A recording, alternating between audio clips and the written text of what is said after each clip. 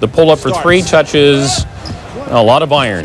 Sonics take over. Nate McMillan, alley-oop for Sean Kemp. 71-59 Sonics. Fourth quarter, frustration starts to set in. Starks doesn't like the call. He won't like the next one. It's a technical. The Sonics win it by the final of 93-82. The Knicks just 12 third-quarter points. Back to the Garden now. Knicks and Hawks following the tennis. Patrick Ewing not playing. Charles Oakley did play. Give and go with Charles Smith. Oak, 11 points, 15 boards. Smith also does it without Oak. Following his miss with the authority, I think that's authority, and then the veteran Herb Williams making the start in place of Patrick. Knicks by 13. Charles Smith picking up the slack for the injured Ewing. 24 points for Charles, 16 and 8 boards for Herb Williams. Ewing misses just his 8th game since 1987. Spurs and team. Patrick Ewing was back on the Garden hardwood tonight as going up and down a hatch. 23-14 Knicks. Then a little bit later, Herb Williams defending against David Robertson. He forces the turnover. Greg Anthony takes the ball up court. Dishes to Anthony Bonner, to a driving Charles Smith, down a hatch with authority.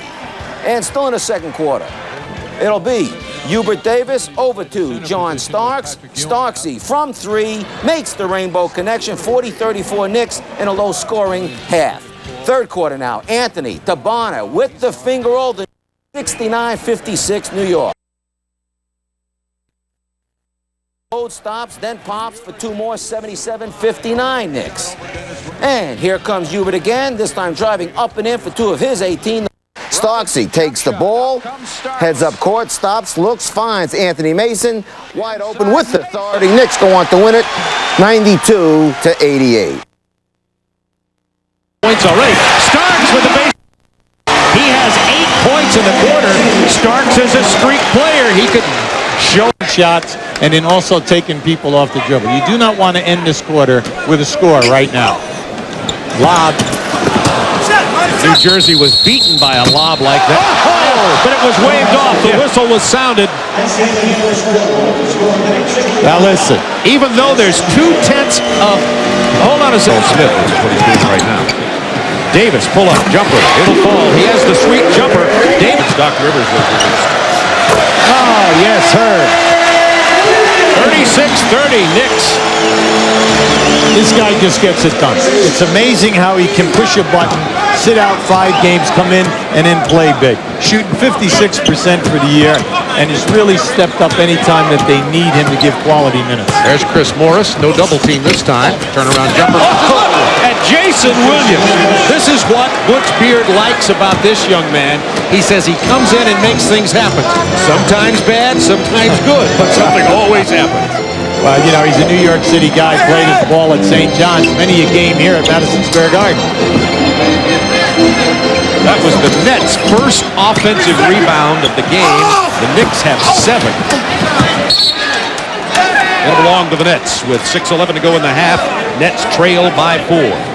Rick Mahorn is taking up a lot of space. I always kid him because, you know, he's from down that Washington area, and anytime that he retires, he'll probably be a tight end for the Washington Redskins. He could step into the... Well, he's got great hands. He sure has. He can knock you down, that's for sure. 36 years old. Open man, Jason Williams. Not for long. 7 on the shot clock. Bad pass from Williams. There's one of those bad things that happen when he comes in. As Butch said, he makes a lot happen. Some good, and then something like that. Well, the Nets, you know, they shoot themselves in the foot almost every night. They have 18 turnovers a game, and that was a perfect example. That was just a silly pass. And New Jersey. Up and under, Herb Williams. Back end to Patrick against Benjamin. Out for the two-man game from the corner. Greg Anthony. 43-35. As Anthony knocks down the 3. And the next 2 minutes. Starks with his second baseline jam. And a technical has been called by Mike Mathis. Yeah, for hanging on the rim. Yeah. Hubert Davis drains the 3. Knicks by 4. The Knicks are now 5 for 11 in three-point shots tonight, and that's the only reason why they're ahead. Gilliam backing in on Mason. Tough shot. Rebound Ewing. Give Mason a lot of credit. Boy, he's pumping. He's using that 6'8", 250 pounds. Hubert Davis spins in, almost lost it to Jason Williams. Ewing for three. That's his fourth three-point attempt of the year. He has hit one. Well, the building thought that it was going in. They were excited. Kenny Anderson shaking and baking to Armand Gilliam. Walters has it blocked by Herb Williams. Should have given it to Gilliam, probably. That's right. Good call, Bob. You're absolutely right. Nice. Horn. Boy, he drew a crowd when he got Side of the lane. He can go either way now. just a Chincia's screen. Knocked out of there by Herb Williams. That's the end of the third quarter. The Knicks by 2. With 5 on the shot clock. Patrick. There's nothing Jason can do. Or is that Christopher Reeves? 2 out of 3. They're speaking of Superman. If you want to know who Superman is, you're looking at him, number 33. If he doesn't have a number, I don't know. We have a beauty here. While we have this timeout, let's check in with Ernie Johnson in Atlanta. See what happens here. All right, they're bringing it up on the right. All right, here he comes right now. They're going to run Harper through. Oh, good move. And no call. And no call. And a foul. On the Knicks with 9.7. Patrick Ewing committed to foul. Now, the entire building thought that Starks was fouled. What did Starks do on this play? He caught his man just like he did in a playoff game against Michael Jordan. He didn't take the screen and roll. He drove it hard. Now, I want to tell you, if I'm Mike... P.J. Brown will inbound. There's the quick foul, and that was very quick. It took 9/10 of a second. Not only quick, but that was like with an axe. Gilliam, not this time. 84-83 Nets. 4.1 seconds. Gilliam overtime. Big thing here right now is the Nets. You got luck. Watch that long pass. Hubert Davis. It's knocked loose. Oh, that would have counted. That would have counted had Davis hit it. But the Nets hold on to get an 85-83 Bulls. Next on NBC. Austin. Another opportunity for the Knicks. Mason down the left wing side. Went to the left hand. What a move by Anthony Mason. And a technical foul has been called against the Knicks. And apparently John Starks has been ejected.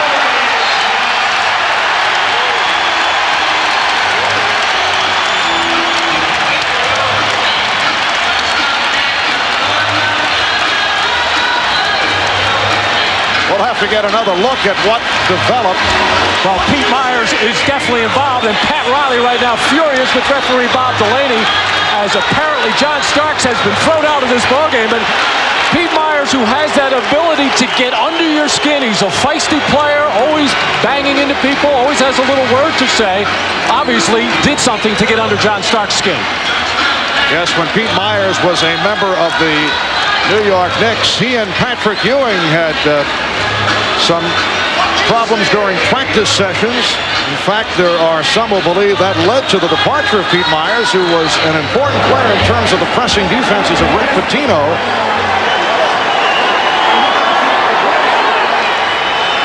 But John Starks has been ejected. Let's look at in the middle of your screen here. Here's where all the action is, where John Starks and Pete Myers are. Let's take a look and see what happened. And try the home run play. So Chicago with a 2-point lead. The Knicks lead the long pass. Slaps on Davis for 3. Yes! Hubert Davis. 0.4 of a second remaining. Hubert Davis knocks down the three-pointer. You recall it was Hubert Davis in the playoffs last season off the controversial call by Hugh Hollins, who was able to hit clutch free throws that beat the Chicago Bulls. But Matt, you look back at this, And you have to look back to that foul by Will Perdue. It really hurt the Bulls, and it shows you just never know, even with seconds remaining. Well, this was a terrible pass by Anthony Mason. Again, looking for the long home run pass to Charles Smith, overthrown. And Steve Kerr, all he has to do is catch this ball, but instead he decides to slap it and right into the hands of the open Hubert Davis as Steve Kerr puts his hands on his head as Patrick cross the river to meet the Nets. This would be a good time for John Starks to get his game going. But Chris Morris gets going early on in a close game. A little hoop in the arm. 29-26. Butch Beards are trailing. Second quarter. Starks found the range. 4 of 5 from three-point land. Knicks on a 10-2 run, up 43-34. Derek Harper and the Knicks defense completely shut down Kenny Anderson. Can't use the hand check. Little forearm there. Kenny 2 for 11 from the floor. He sat out most of the second half. Knicks blew the game wide open second half. Charles Smith, the jam. Knicks up by 20. Third quarter, more Starks. 7 of 12 from the floor. He had 22.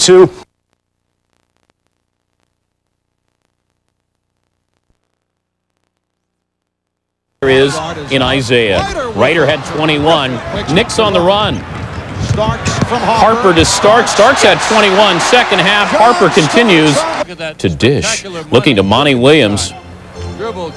Harper had 8 assists. The Wolves keep hustling as only the Wolves can. Doug West chasing down Christian Laettner's pass. Doug decided to leave the building. The Wolves did not, but they couldn't stop Hubert Davis. You couldn't even hope to contain Hubie. Hubert Davis from three-point range, raining threes. Finished with 22, 6 of 7 from three-point range.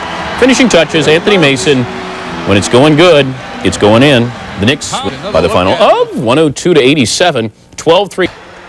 There's Spike. I'm still waiting for the She's Gotta Have It sequel. There's Reggie, and he's got to have the ball. The pick from Rick Smits. Reggie, catch and shoot, economical. He scored 28. Charles Smith, the story in the first half. Smith in the blocks, the pump fake. Pause for poise, high off the glass over Dale Davis. 17 in the first half for Chuck. Anthony May. Oh, if it feels good, do it. Mason had 17, and then it's simply Maureen Connie being Maureen Connie. Stark will pick up the loose ball. Three-point shot, but he was just getting started. Ewing's going to feed him. Right there. He knocks it down and sinks the free throw for a rare four-point play because he got the foul. Second half, Starks was feeling it. Hits from way outside. Picks a spot. Hits that. Working his way around the arc. Starks started to make it look like the NBA three-point contest. Quick, get him the red, white, and blue bonus ball. And here's his 8th three. He finished with 31. And he's very, very, very, very prime.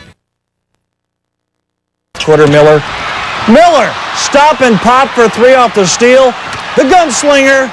And Spike simply smiles. He's entertained. It's the NBA. Patrick Ewing. Yes! For 3. Just as Reggie and Charles Smith. Tension. Oh, goodness. Order quickly restored. Knicks team from the floor. Reggie said, every time we get within 4 or 5 Starks, we get up to 7 or 8.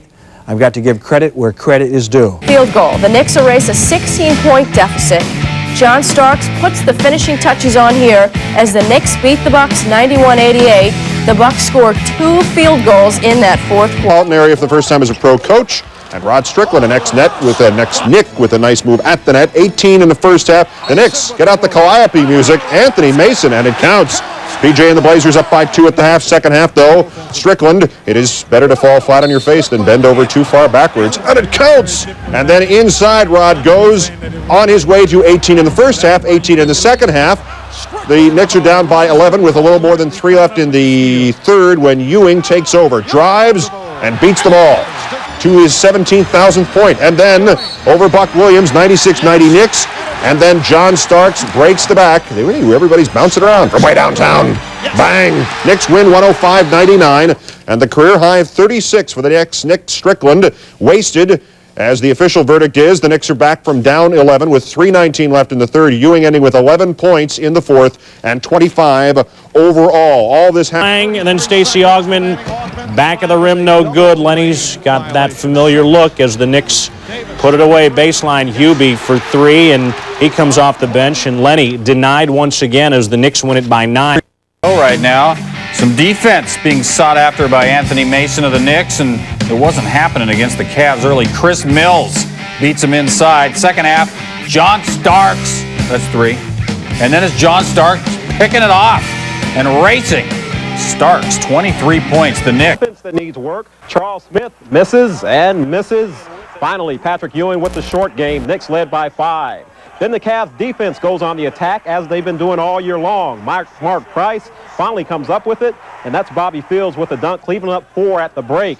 But in the second half, John Starks was the man. He rips Terrell Brandon and goes all the way for the deuce. Starks scored all 23 of his points in the second half as the Knicks read a 93. Starks 5 of 8 from three-point land, 11 threes for the Knicks. Tyrone Hill at Madison Square Garden. John Starks led the home run parade that night, more or less officially ending his season-long shooting slump with 8 three-point field goals, 31 points on the night as the Knicks defeated the Pacers 117-105. Mark Jackson returning to New York as a member of the Pacers, and him and Derek Harper going at it very early. In the first quarter, Harper able to get the loose ball and head out and lay it up.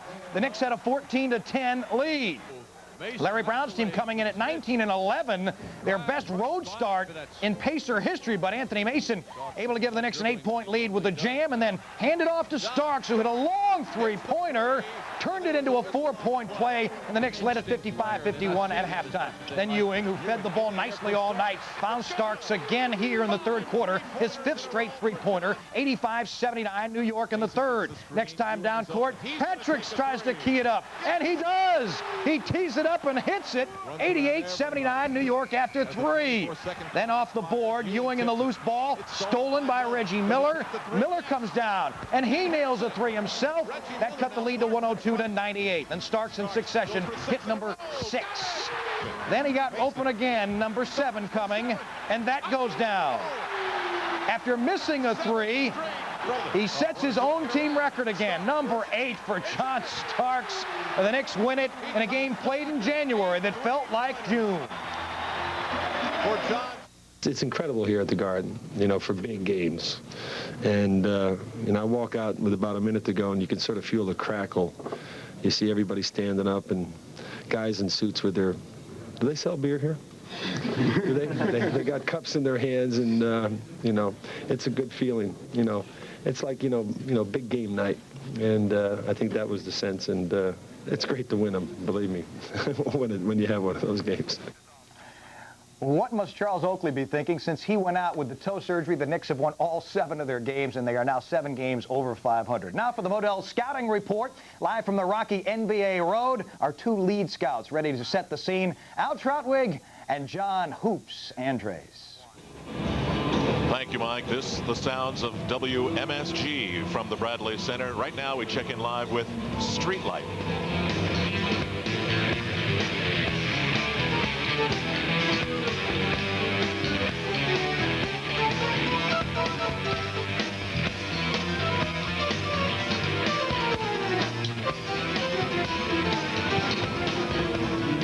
We can appreciate good music here, and if you come to the Bradley Center, you better be ready to appreciate jazz. With John Andres, Al Troutwig, we're getting set to see the big dog, Glenn Robinson, tonight with the Milwaukee Bucks. But the story right now is the New York Knicks, who, as they streak toward that big collision with the Houston Rockets next Thursday in Houston, are feeling very good about themselves, having won 7 games in a row. Well, Al, they've really come together, you old disc jockey. Thank you. Everybody's frustrated. Everybody wants to be something else. Meanwhile, we can't hear each other, but that's okay. But the Knicks are hearing each other on the court, and they don't necessarily have to be doing a lot of talking the way they've been playing. It's all come together, and they're functioning as a team.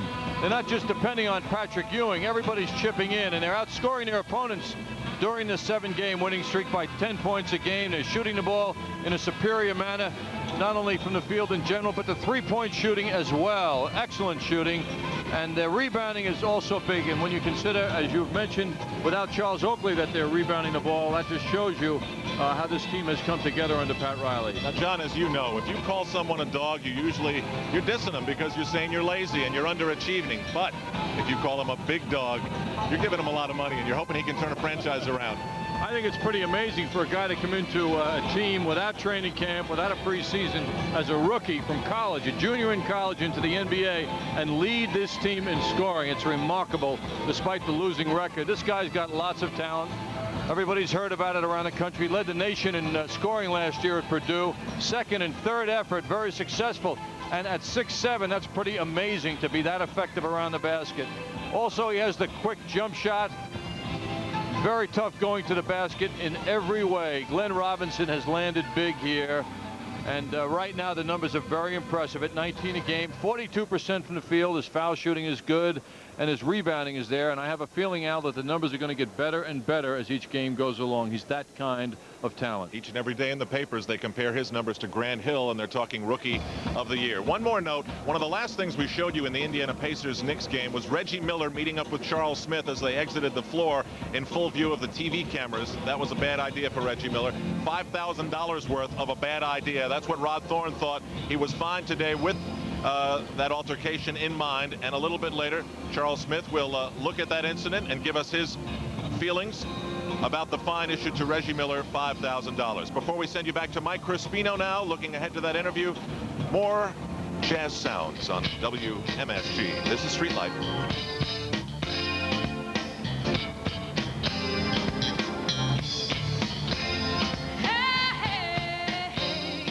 Sounds of Street Life. Sounds like the old Crusaders. They made an album called Street Life. Thanks for the musical interlude. The dynamic trio, including the electronic wizard Howie Singer, bringing us some music on Knicks game night tonight. We'll be back with more from our New York studios after these words.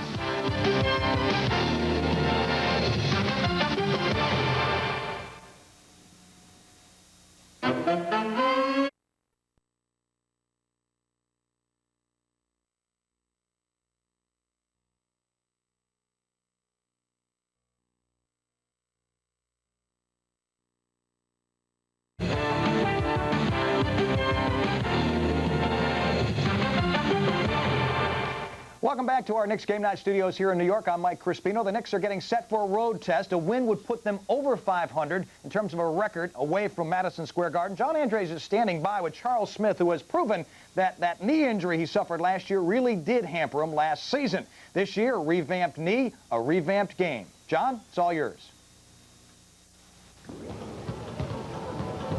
Thank you, Mike. Charles Smith, things have turned around these days in a big way. 2 weeks ago, the team was down. Everybody was doubting everybody's ability. Now the Knicks are on a roll. Things have turned. What, in your words, is the difference in the team besides three-point shooting? I think the fact that we're just playing a lot harder. I think as far as the bigs go, we're communicating more defensively. And after a while, you know, from being in that slump of losing 5 in a row, everybody was willing to do whatever it took just to get out of it. And we just started building. We build it on effort first, and then from there we just started going with execution and different things of that nature, and we got back to where we were. Charles, one notices when the team gets off to a good start, the ball movement seems to be excellent.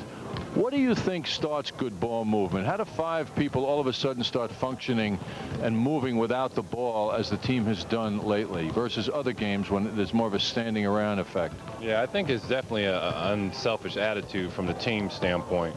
And when you see players out there on the floor who have somewhat decent shots and they give it up to somebody else who has an even better shot, I think it more or less transcends through the whole team, and everybody starts to, you know, get the ball hopping and popping around to get the best available shot for the team and not for the individual.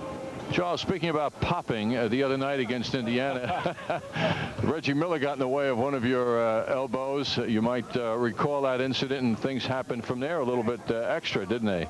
Well, yeah, it was definitely something that wasn't done intentionally, and the biggest thing is I knew that, you know, Reggie was no threat to me, and I was just trying to stay out of the whole incident. And as you were leaving the court, he had more to say to you. What were his feelings as he expressed them? Did you catch any specifics? Well, it was all. I thought it was real immature on his part. You know, it was something that definitely wasn't necessary or needed. And my biggest thing is I definitely didn't want to get fined for something stupid like that. It just didn't register to me. As you might have heard later this afternoon, Reggie was fined $5,000 for that incident. Do you think he learned his lesson? Well, I hope so. To get fined $5,000 for, you know, pushing someone in the shoulder twice, I'm just glad I didn't get fined. You weren't afraid of Reggie, were you, by any chance? Is that why you didn't respond? Come on, John. I guess the toothpick body of Reggie didn't get you on that, Charles. No, I don't think I was intimidated. Charles, let's talk for a moment about Glenn Robinson. What do you expect, aside from perhaps wanting to borrow a couple of $1 million from him when you see him on the court tonight? Although you're doing pretty well yourself, so that's not necessary. Well, we know that he's a talented player. He's going to come right at us. He's really, you know, getting the shots for this ball club, and he's getting better as games go on. So we got our matchup tonight with him and with Ben Baker, who's also playing real well. So they're going to isolate us a lot, and we just have to get down and play defense, and then on the offensive end play together. One final thought. The Knicks shot the ball, as you know, being a major part of it the other night, but also Indiana shot the ball well. Did Pat Riley have anything to say to your team about their 61% field goal percentage? Pat's always looking for ways to improve the team or keep you on edge a little bit. Was that a focus by any chance? Well, they shot the ball well. They got a lot of layups. Dale Davis, I think all of his buckets were dunks around the basket, and the biggest thing is that, you know, they did shoot the ball very, very well, and we thought that we played good defense. And you get some teams that play like that sometimes, and there's not much you can do, but hopefully that you're shooting a good percentage and you can win the ball game. Charles, thank you for your thoughts, and best of luck tonight. Thanks a lot, John. Let's go back to Mike Crispino. All right, thanks very much, John. I'll never forget Glenn Robinson telling me after he won the College Player of the Year honors in an award ceremony here in New York, how he wasn't decided as to whether he was going to come out of college and enter the NBA draft. Well, apparently he got 69 million reasons why that matriculating at Purdue was no longer an allure to him. We'll have the Glenn Robinson Big Dog story when we return on Knicks Game Night after these messages.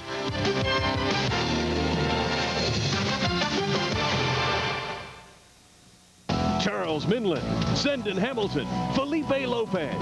Don't miss St. John's as they battle Seton Hall live from the Garden Saturday right here on MSG.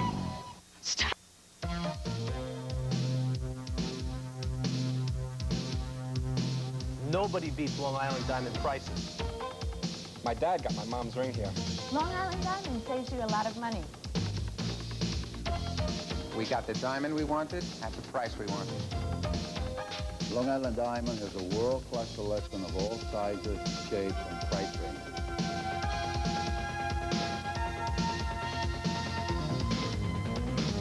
If you're shopping around for a new car, it makes perfect sense to visit the one dealership that displays the most popular brands. Hi, I'm Bob Neisner for all my friends at East Hills Chrysler Jeep in Roslyn. Whether you want to buy or lease a brand new Chrysler, Plymouth, Jeep, or Eagle, you're sure to find what you're looking for when you visit East Hills Chrysler Jeep. It's the one place you'll find a complete inventory without disappointment. And when it comes to price, you'll find my friends at East Hills Chrysler Jeep very, very customer friendly. Why are all these people having a great time burning calories in the comfort of their own chair?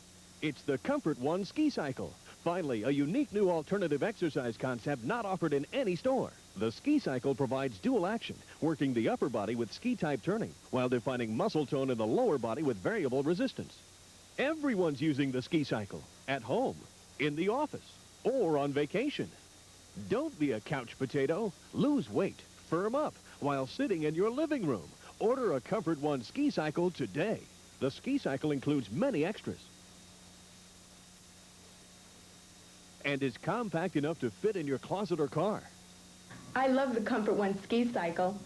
Now you can enjoy this comfortable workout and invest in good health for the amazing low price of $59.95. Compare this to similar store-priced equipment. Order now by calling 800-748-3731. That's 800-748-3731.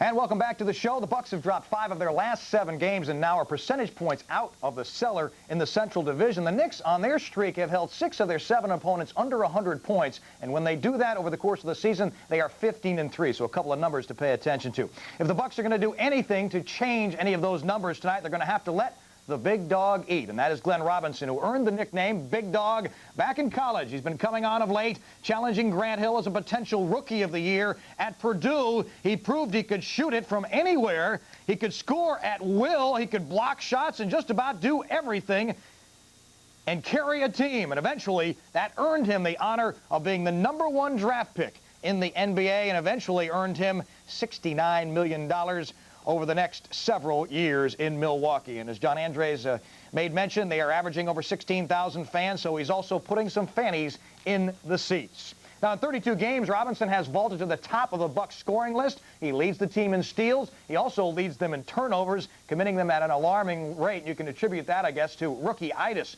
As you can see that Robinson, who may eventually pay off on the Bucks' huge investment, is starting to do that now.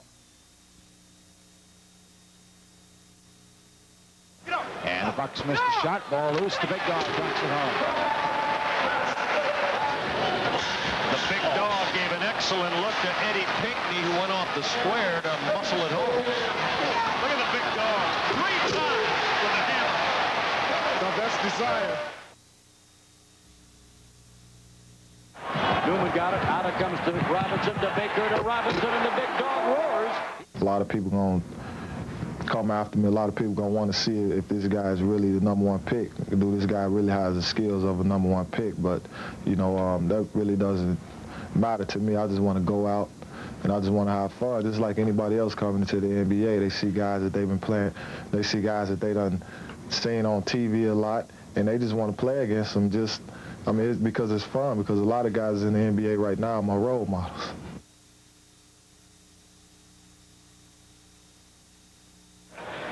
Pinckney, cross-court feed, and driving is Glenn Robinson, and he gets the hoop. Hopefully I can just come in and just do my job, just play hard. I'm not going to go in and I'm not going to try to beat him, man. I'm not going to try to take every shot, because I'm still a rook. And I just want to fit in and do what I have to do and listen to the people that I'm supposed to be listening to, and hopefully as the years come and as the season grows, I can get better. Marshalonis, good hands by Murdoch this time. When you're watching the basketball game, I think everyone wants to see somebody flying in the air and dunking on somebody and just showing a lot of emotions and excitement and things like that. But when I was in high school, that's all I used to do was dunk. And when I set out, you know, I thought about it, because I was only 6'8". And I said that I can't play center if I make it to the NBA, because you're going to have big guys like Sean Kemp, big guys like Chris Webber that's going to just block those shots. So I had to learn how to do other things. So I had to start working on my ball handling skills in my shot. So I want to be able to fly, but I want to also be able to nail that open shot. Todd Day out on the right side. Person playing him defensively. Looking into Robinson. Robinson into that lane. Can't get the shot off, but he drops a nice pass offload to Pinckney, who jams. You know, I just want to try to just bring the whole level of play, just step it up a notch. You know, my goal is to win more games than Milwaukee Bucks won last year. Well, it hasn't translated into winning yet, but Robinson averaging 19.6 rebounds a game, shooting 42% so far for the Milwaukee Bucks. Coming up next, NBA news and notes.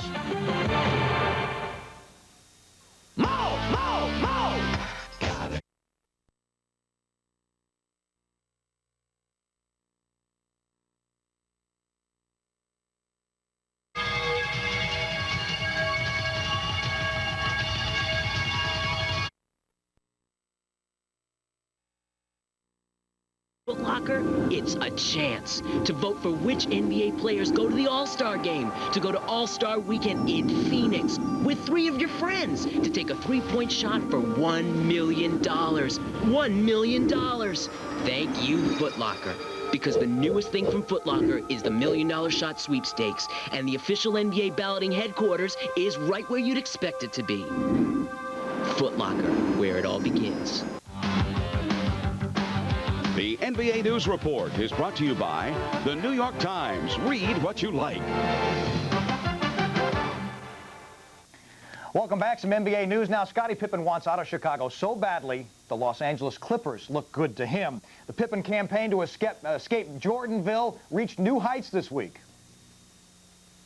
I think I've been nice to the organization. I've did all the right things. I think, you know, it'll be fair for them to, you know, supply my needs, and that's to release me. Scotty just said he wants out of here. He wants out of here now. I've never heard a guy so demonstrative about it. Well, he's playing great ball. That's all I can tell you, and he's doing a good job, and we're playing good. And you know, we'll just see where the pieces fall tonight on the court. That's the only thing I can tell you about. I guess supplying his needs, Scottie Pippen that is, doesn't include getting that check he gets from the Chicago Bulls. Have we mentioned the Nets yet? Well, it's time. The show is almost over. They've lost 8 of 9. They're 10 games under 500. They trail the Sixers by 9 playing in Philadelphia right now. Utah Jazz are here tomorrow night to play the Knicks at Madison Square Garden. They're in Boston tonight with a 10-game winning streak. They are just underway against the Celtics. The Chrysler probable starting lineups tonight look like this. For the Knicks, Charles Smith, Patrick Ewing, Monty Williams.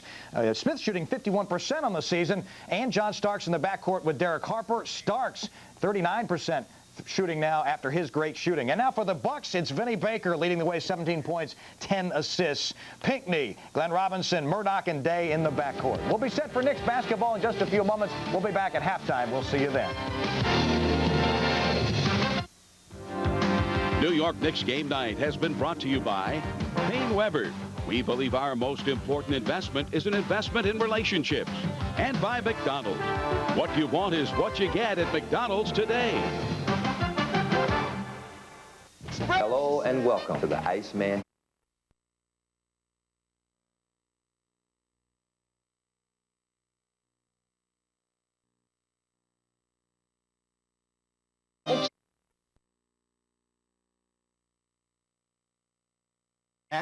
On the bottom, pyramid play is what I call it. I come around but the guy on top vaults in a carnival-like way. Oh, I'm cramping.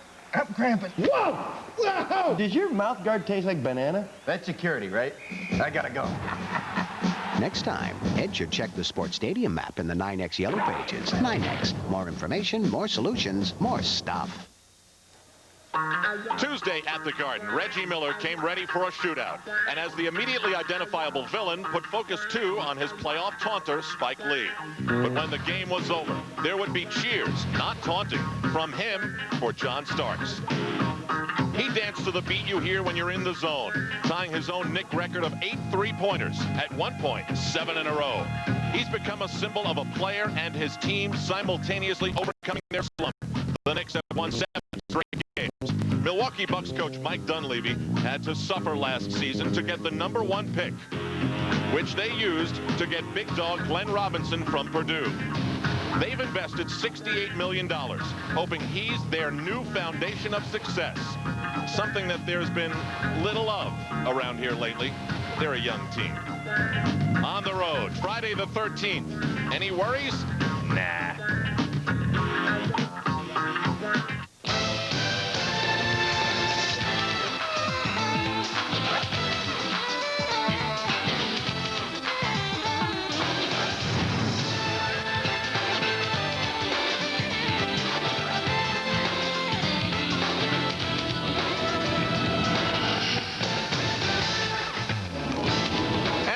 The network of Knicks basketball welcomes you live to the granite, steel, and glass confines of the beautiful Bradley Center in Milwaukee, Wisconsin, where the Knicks and Bucks hook up for the first of 4 times this season. For the Bucks, in spite of the presence of Glenn Robinson, it's still been a struggle. They've lost 5 of 7. Opposition is scoring way too many points. They're 11 and 22 down. Meanwhile, the New York Knicks, in the midst of their best run of the season, 19 and 12, still 6.5 games behind the Magic of Orlando. Hi, everybody. Al Trautwig in for Marv Albert, along with John Andres. It's Friday the 13th. John, are you superstitious? I would be, Al, but in Milwaukee, I feel safe. Well, there goes that line of questioning. So let's just talk about the New York Knicks and their success. Yes, it's Charles Smith scoring and Patrick Ewing playing great and John Starks finding his stroke and Hubert Davis, but it's also, too, the huge presence of Anthony Mason off the bench. Yes, Anthony, ever since he's been back on the bench, coming off the bench, has been almost spectacular as a Knick player. It's not the size of the numbers, but it's his versatility, the many things he does so well. Rick Smith's got a taste of it the other night, matched up in a one-on-one situation. A slam dunk resulted. Smith's also got a taste of the below-the-waist strength of Anthony Mason, matched up on defense. Mason took him out of the offense. Greatly helped the Knicks in their win over Indiana. And then Mason loves to dribble that ball from time to time, and can he handle it? And on the return pass, a beautiful move by Mason brought the crowd to its feet. He had, over the last 4 games, great success in all the areas, 15 points a game, almost 70% from the field, 8 rebounds plus a game, and he's also piling up the assists. He's been a very complete player of late and a vital ingredient to the Knicks' success. Well, the Bucks are far from great, but they're very good at the forward spot. And yes, Glenn Robinson gets a lot of the publicity, but overshadowing that perhaps is the continuing and very successful maturing process of the University of Hartford's Vin Baker. What a pair of forwards this team has for the future. Vin Baker now in his 2nd year. Last year he made his big announcement. Who would have expected what they got from him? This year he's even better. But last year the Knicks and Patrick Ewing got a look of the speed of Vin Baker around the basket. Very tough offensively.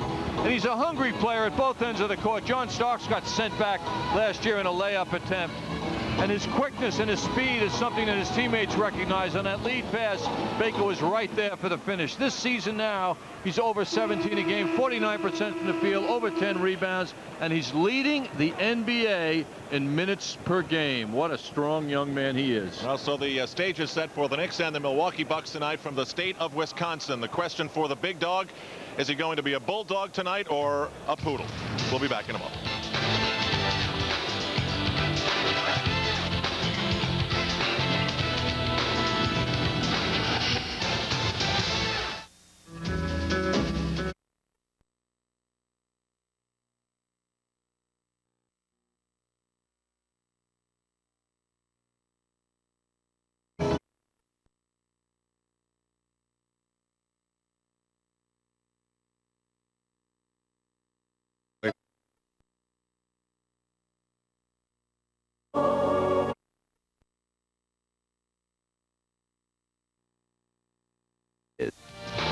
New York Knicks basketball is brought to you by Ice Draft. Taste the future of draft beer.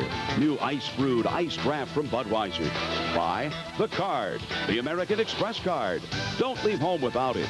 By Nobody Beats the Wiz Home Entertainment Centers. By Delta Airlines, official airline of Madison Square Garden. And by Citibank, for banking anytime, anywhere, any way you choose. At Citibank, the city never sleeps. Back at the Bradley Center, the Bucks and the Knicks. Let's meet the starting lineups. For tonight's game, for the New York Knicks, from UNLV, 6'2", number 50, Greg Anthony. St. Louis, 6'8", number 4, Anthony Bonner. From Pepperdine, 6'6", number 7, Doug Christie. From North Carolina, 6'5", number 44, Hubert Davis. From BYU, 6'11", number 40, Greg Kite. Tennessee State, 6'7", number 14, Anthony Mason. Florida State, 6'2", number 21, Charlie Ward. Now the Knicks starters. At forward from Pittsburgh, 6'10", number 54, Charles Smith. At forward from Notre Dame, 6'8", number 2, Monty Williams. At center from Georgetown, 7 foot, number 33, Patrick Ewing. At guard from Illinois, 6'4", number 11, Derek Harper. At guard from Oklahoma State, 6'5", number 3, John Starks.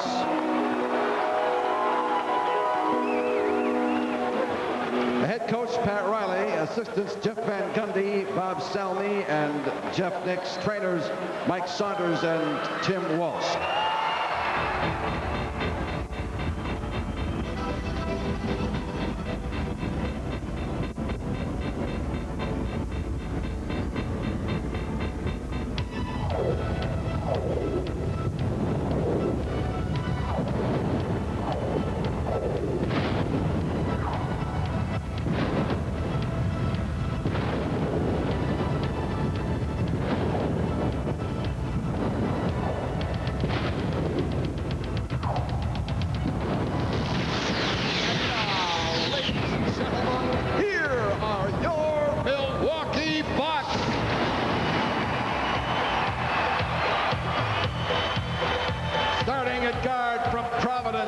6'1½", number 5, Eric Murdoch. At guard from Arkansas, 6'6½", number 10, Todd Day.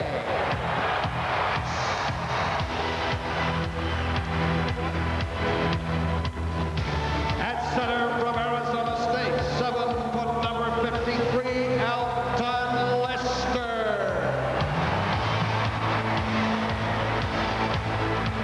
At forward from Hartford, 6'10½", number 42, Ben Baker. At forward from Purdue University, 6'7", number 13, Glenn Big Dog Robinson. Head coach Mike Dunleavy, the assistants Frank Hamlin, Jim Ian, and Butch Carter. The trainers are Mark Feil and Philip Horton.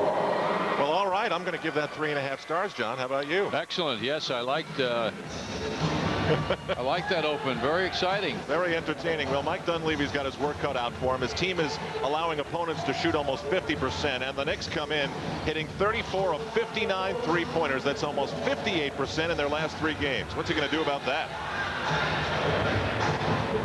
Well, you know, unfortunately for us, that's the way it's been. So, yeah, we have to pay attention to it. You know, Starks has been stroking the ball. You got Hubert Davis shooting the ball better. You know, Harper's got that ability. So that goes along with your inside-out game, you know, with Patrick, and it's something that, you know, we've got to try and take away. How do you do that?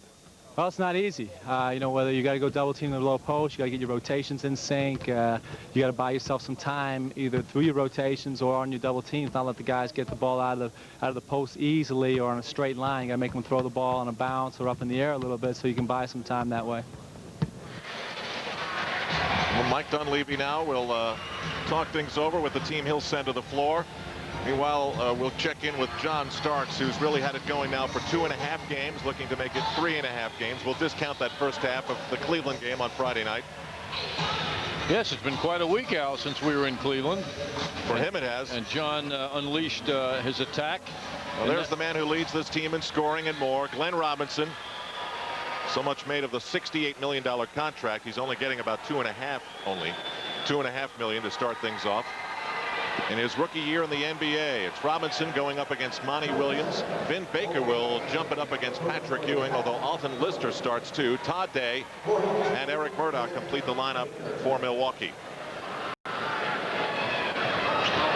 the Bucks take it. Eric Murdoch, wearing goggles, brings it across, guarded by Derek Harper. Day is picked up by Starks, and Monty Williams is on Glenn Robinson. Todd Day up strong. He's been a very consistent offensive force for this Bucks team. At 6'6½", he's the man John Starks is matched up with, so John will need help. But once again, it's a big guard beating up on the Knicks' smaller shooting guard. Starks, let's go. The Knicks' first shot, it was a 3, it was off. Look at all the Knicks in there rebounding. 4, almost all 5, as the Bucks just gave up on it. I think they were surprised that Lister shot the ball, Al. He does not play a big role in the offense. Alley-oop, hit the side of the backboard. Smith looking for Monty Williams. That's the pass that Oakley usually makes so well. Glenn Robinson can drive and can shoot. Those are the 2 things that Magic Johnson said most players can't do both of when they come into the league. He said that's why he'll be a star. Murdoch runs into a Knick double team. Monty Williams out with Harper and Starks. Nice soft pass from Monty Williams leading John, and John reciprocates with a thank you. Defense creating offense as the Knicks tied up at 2. Not a full house, but close to it. Bucks averaging over 16,000 a game, 12th best in the NBA. Day driving on Starks. Does a good job defensively to shut him down. That's a force, and that's 2 points. John gave him quite a bump before that shot with no foul being called, but you can see Day, despite his slight frame, is strong. Charles Smith slapped away from behind, saved by Williams. I don't think Patrick Ewing's touched the ball yet. Now he has. Starks drives right down the lane. That's what Lister brings to this team, a defensive presence inside. So it'll be Ed Pinckney coming off the bench. And a foul. Vin Baker on the drive. He's wearing the captain's C. So evidently this team thinks very much of his leadership abilities and only his second year in the NBA. This is such a young team, and Vin Baker will play a major role in the success of the Bucks in time to come. He has a 10-year contract with this team. Of course, the other duo of these big picks that the Bucks have had in the last couple of seasons, Glenn Robinson, Rookie of the Month for the month of December, and he was given a plaque to commemorate that award just moments before the tip. Glenn Robinson also signed a 10-year contract, as many basketball fans know, who followed his negotiating before the season began with the Bucks, which finally got settled days before the season began. Ewing, his first shot is a success, and the Knicks make it a 5-4 ball game, which the Bucks lead. Eric Murdoch gets a screen from Robinson. Robinson faked the three all the way in, up, and oh, a touch by Glenn Robinson. Monty Williams almost lost it. Rejected by Alton Lister. That's what the Bucks have not had in recent years, that kind of defensive presence inside by a big man. Murdoch. Good looking fall away. Harper was right with him. 8:40 to go, and the Bucks lead it by 5. Ewing. He just lost Alton Lister with the quick first step. 4 points for Ewing.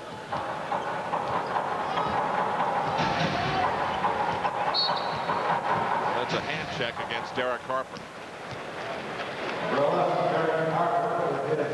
First foul on Harper. Second on the Knicks.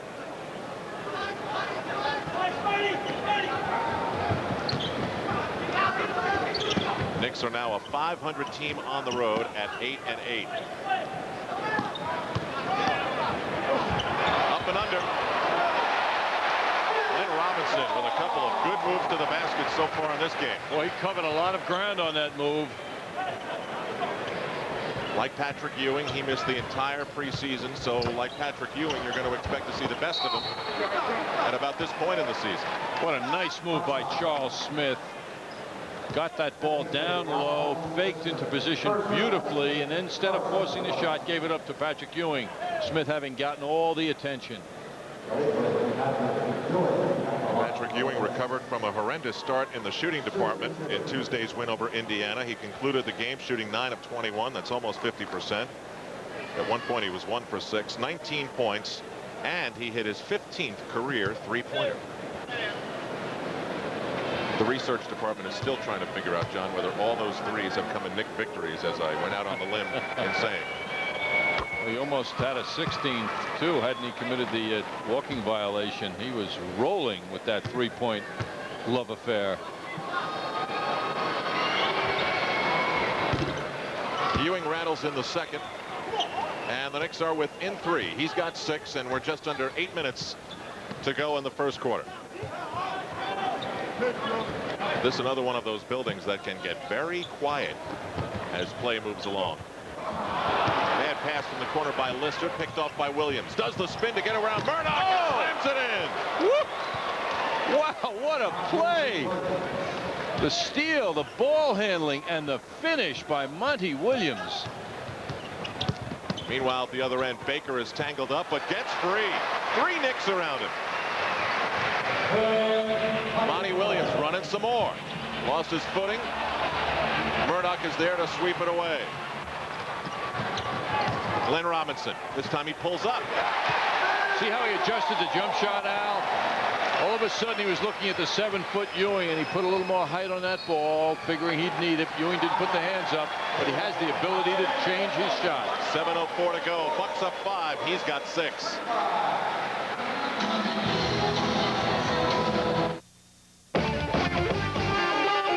Rangers are back in action as they battle the Buffalo Sabres from the Garden next Friday night, right here on MSG. Been on a few dates.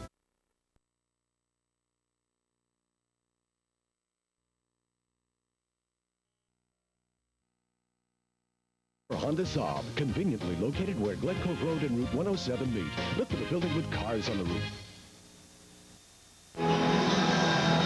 Monty Williams, the starter once again for the Knicks, the last now 8 games. Monty with a defensive play, but that was topped by the spectacular finish as he brought the ball up court and finished with the slam dunk.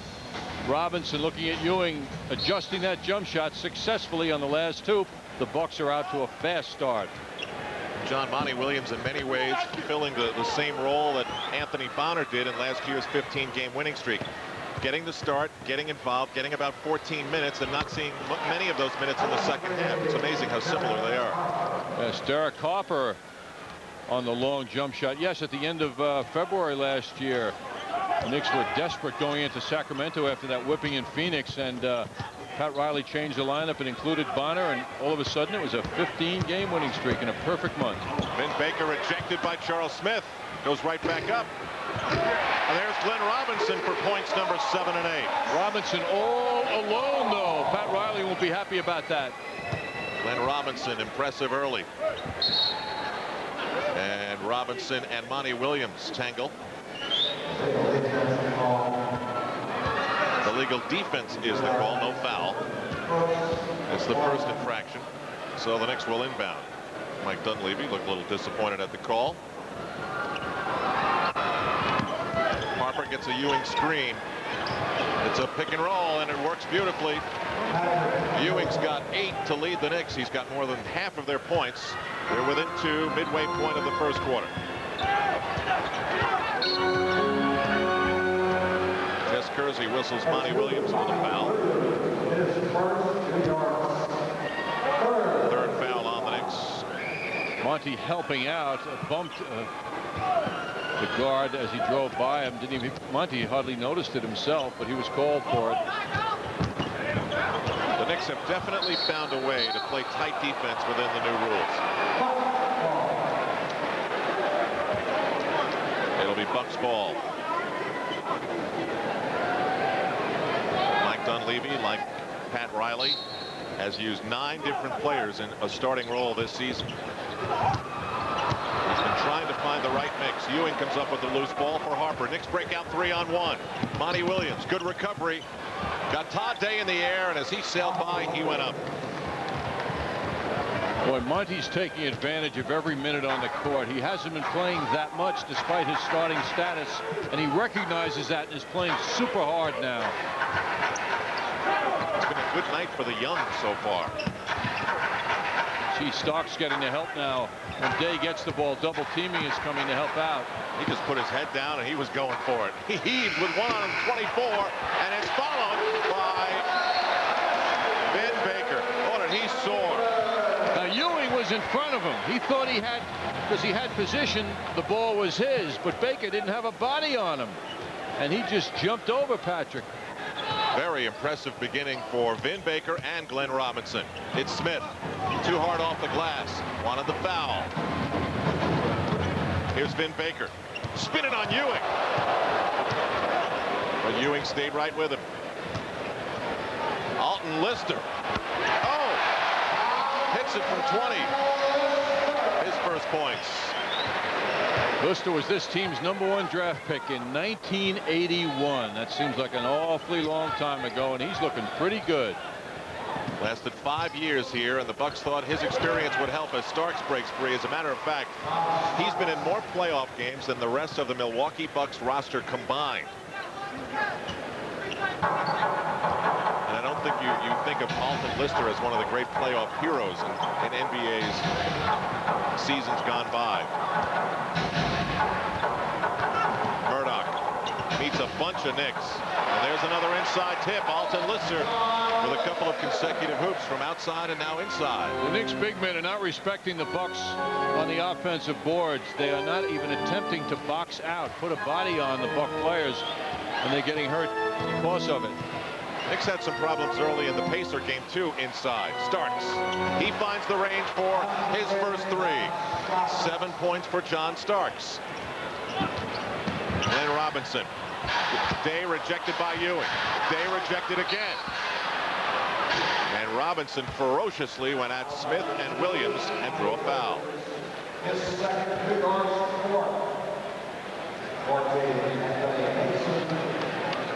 Monty Williams got the foul as Anthony Mason checks in, with Williams getting his second foul.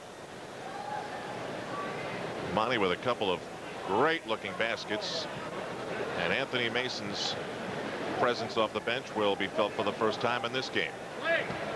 I think Mason enjoys the challenge of the #1 player in the draft last year, Glenn Robinson. He's got his poker face working. He's banging with Alton Lister to prevent him from setting a screen. Meanwhile, Day hits Ewing hard, and that's an offensive foul. Boy, did Ewing take a shot. Day was going top speed. Now the Knicks will inbound it. Another look at Day. He was committed to the drive, no question about that. Starks looking for Charles Smith. Ewing. He's got the range working. Patrick Ewing now into double digits with 10 points. The Knicks take the lead by 1, 24-23. 3 to go. 3 and a little bit in the first quarter. Alton Lister playing a lot outside. Murdoch gets the screen and the switch. So now the Knicks have to help out. Ewing quickly back into position. Glenn Robinson hits the three. John, we've seen it. We've seen it all from him already. What presence, what maturity. 11 points for Glenn Robinson. Layups, jumpers, and long-range hits. Ewing lost it. Lister is there. Here comes Robinson. He wants to dribble it up. That double team affected Patrick. Vin Baker, travel. Travel before the release. It's a Buck turnover and a timeout here at the Bradley Center. A close one, but it's Bucks by 2. Winter's here, and you're seeing a lot of four-wheel drive sport utility vehicles advertised. Of them all, the Suzuki Sidekick is the lowest priced four-door, only $15,179. Loaded with a 16-valve engine, anti-lock brakes, power steering, security alarm, AM/FM stereo cassette, tilt steering, and a side hinge spare-mounted tailgate. All standard. Suzuki Sidekick, the only four-door, four-wheel drive sport utility as low as $15,179. Don't let anyone snow you. For your nearest Suzuki dealer, call 1-800-447-4700. If you think aftershave has to hurt to work,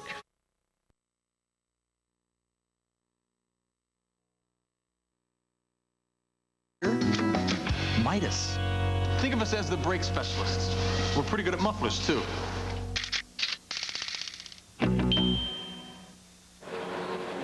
Well, so far in the game, Glenn Robinson has been a big dog. He's been making his impact with the outside shots, drives to the basket, but we haven't seen a dunk. In high school, though, things were much different. When I was in high school, that's all I used to do was dunk. And when I set out, you know, I thought about it because I was only 6'8". And I said that I can't play center if I make it to the NBA because you're going to have big guys like Sean Kemp, big guys like Chris Webber is going to just block those shots. So I had to learn how to do other things.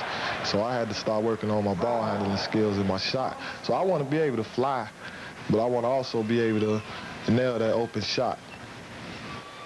And he's been doing that so far in this game with 11 points. Knicks called for traveling. Bucks ball approaching the 2-minute mark of the opening quarter. And the Knicks are getting killed on the boards. John, the rebounding numbers are 9 for Milwaukee, 2 for the Knicks. Offensive boards particularly strong for Milwaukee. And there's that outside shot.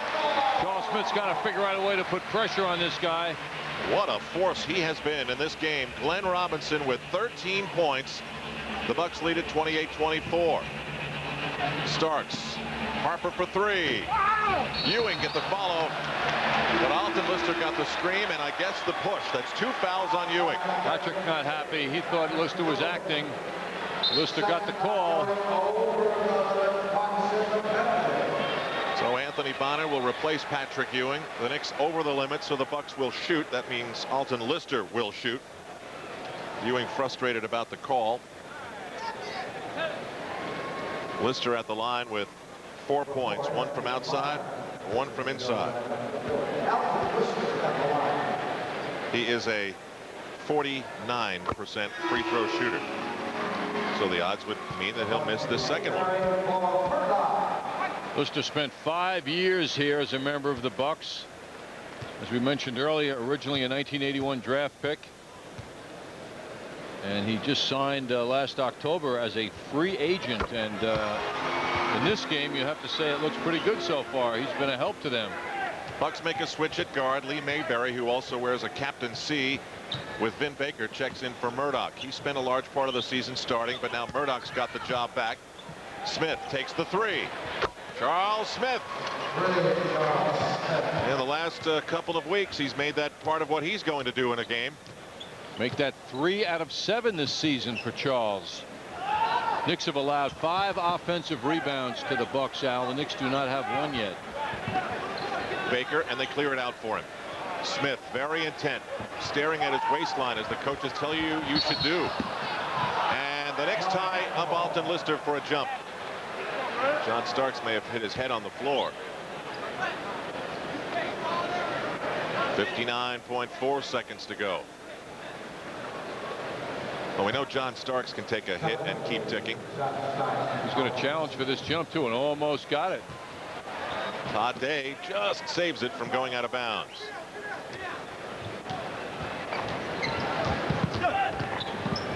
Lee Mayberry for Todd Day. Day's got 6. Anthony Bonner missed the layup off a great pass. Good move by Lister, also challenging. Robinson. And Vin Baker pushed off, so it's a loose ball foul on Baker. Knicks will take it out of bounds with 33.8 to go. Alton Lister leaves, and Ed Pinckney comes back. First foul on Baker. And Marty Conlon, the undrafted guy from the Bronx, he seems to have found a home. 12 points the other night in a win against Sacramento, hit 6 of 8 shots, and he's been giving this team a pretty good offensive spark off the bench. Derek Harper.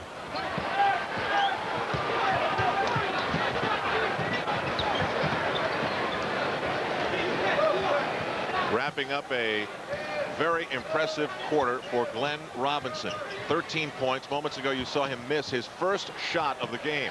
He's 6 of 7. And he shoots at the buzzer, but it would not have counted, and it's a moot point because it didn't go in. But Glenn Robinson finishes with 13 points. That last shot came after the buzzer, so it is an official 6 of 7. First quarter for him. Back in a moment.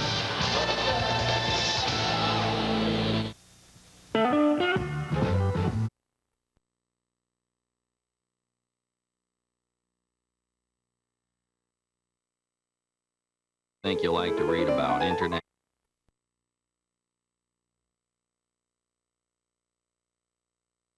But I just couldn't lose this New York accent. The New York Times. Read what you like. It's up, and it's good. Shopping on 5th Avenue? No, it's Las Vegas. A world of excitement in one amazing place. Long-distance shooting has been a big part of the Knicks' success lately. Our AT&T look now take us back to the other night at Madison Square Garden, and John Starks with his three-point shooting display from all over the court. You'd think that John could close his eyes at one point, and they were all going in. He made 8 against the Indiana Pacers. There's a good look at John Starks and how tough he was the other night. John getting the ball, and the quick release is back for John Starks. And he really did hit them from all over the floor. Top of the key, baseline, both baselines. Underway in the second quarter with the Bucks leading the Knicks by 5, 32-27. Three-pointer by Harper is short. Now, when those threes aren't hitting and the Knicks are in that kind of situation right now, the jumpers are not going in, it really turns things around. It forces them to do other things better. And they better start boxing out the Bucks. Speaking of three-pointers, I thought of Patrick Ewing taking three-pointers and how the Knicks usually win games in which he does. Todd Day for three. And we'll stay on that topic. We've learned that Dennis D'Agostino, the answer man of the Knicks, is part of our audience tonight, home watching, and with time to spare, calculated the Knicks are 9-6 in games in which Patrick has hit a three-pointer. So I was way off. Mason almost lost the ball. Hubert Davis checking in. It's the 24-second clock on the bounce off the rim. It will be Buck ball. Al, I think now that Dennis has contributed to this game, he can go to a movie on a Friday night. Or read some more of the history of the Cleveland Barons hockey book that was a souvenir of his visit to Cleveland. But not too many of my theories are working out lately, John. Here's Johnny Newman, the ex-Knick, ex-Hornet.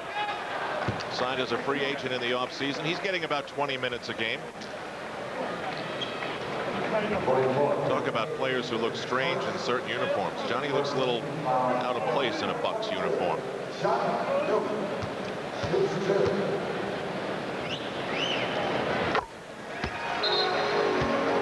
Johnny now in his 8th season, also a free agent joining the Bucks this past October. Did a good job for the Charlotte Hornets last year. The Nets also had the benefit of Johnny Newman for a while. And he brings his veteran status to this team and helped them get off to a decent start early in the year. They won 5 out of their first 8 games here in Milwaukee, and Johnny Newman had a good start and was a 20-point and a 30-point scorer in the first couple of games.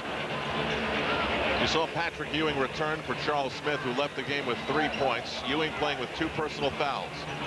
Bonner works hard to get it into Mason, and now the Knicks kick it around the perimeter. Finally back in. Patrick Ewing draws the foul and takes a shot on the right shoulder from Ed Pinckney. All adversaries going back to Big East matchups between Villanova Ed and Georgetown Patrick. How many captains do the Bucks have, John? They've got Pinckney's got a C on, Vin Baker's got one, Lee Mayberry's got one. That's too many. Sounds like 3, Al. Tri-captains, no football days.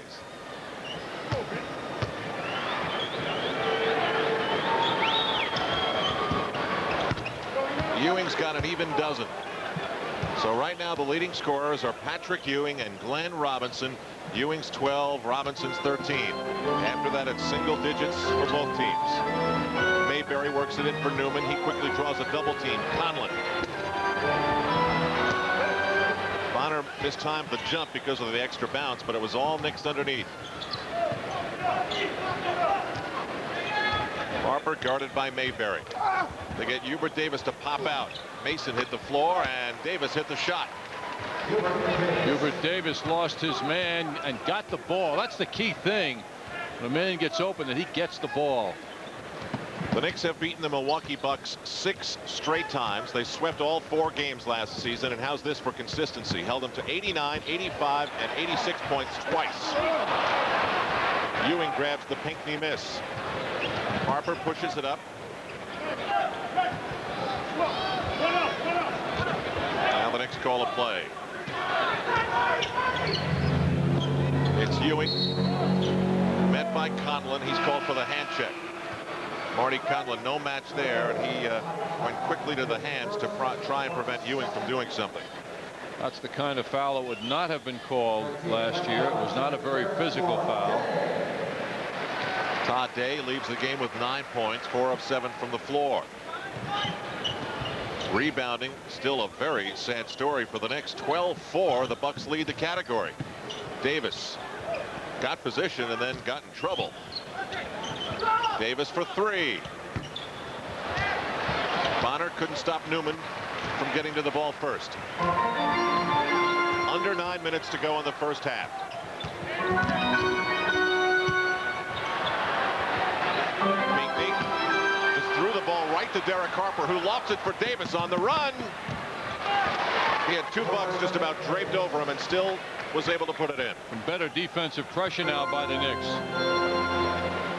It's a 4-point game. Bucks 37, Knicks 33. Robinson eludes Bonner. Goes up strong, but too hard. Gets his own rebound, rejected by Ewing. But another offensive chance, another offensive rebound for Milwaukee. Harper's been off in the game. Harper's 1 for 5 from the floor. Bucks on a break. Robinson gets the roll. You can see the great hands Robinson has and the touch. Under a lot of pressure, he still can get the job done smoothly. 15 points to lead everybody and 4 rebounds for Glenn Robinson. Harper in for Mason. Harper, Davis. Knicks working around for the open man. And Bonner misses the layup. Did a good job to get there. Robinson cuts on Harper. Lee Mayberry for 3. Bonner for Davis. It's another Knick fast break, but he traveled because he turned around and saw a big dog standing there. Milwaukee ball on the Knick turnovers. And Charles Smith getting set to return. Knicks now with 5 turnovers here in the first half. Bucks say one of the reasons their record is so disappointing at 11-22, which by the way is only 2 wins better than last year's franchise worst. I mean, you have to play bad to get the #1 pick, and they did. All-time franchise low of 20 wins last year. They say one of the reasons they've gotten off to such a tough start is 20 of the first 32 games were on the road. 9 of 10 at one stretch. Vin Baker back into the game. Bonner leaves and Smith returns.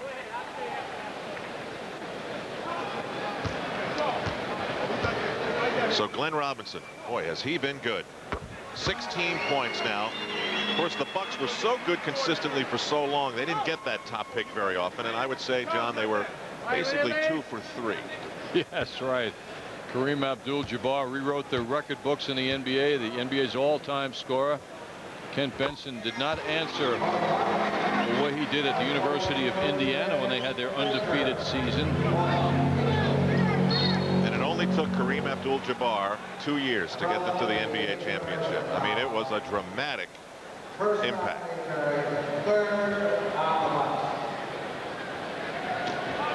So it's Starks, Davis, with Mason, Ewing, and Smith up front. Hubert Davis with that left hand. He's been very successful at that, coming in from the right using the left-hand drive. Johnny Newman up strong. Charles Smith had it happen right in front of him. Mason spun away from Glenn Robinson, lost the ball, but they say it was deflected by Lee Mayberry.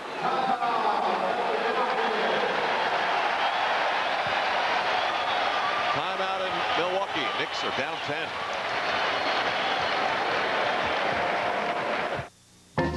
We're in show business.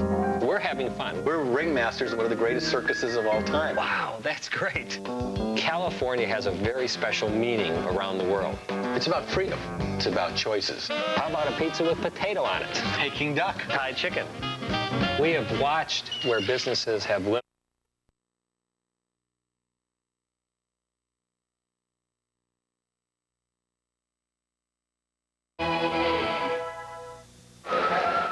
Tonight at 11:15 p.m. following the MSG Sports Desk, join Mike Crispino for the latest Red Storm team news and game highlights on the St. John's Basketball Report, right here on the MSG Network.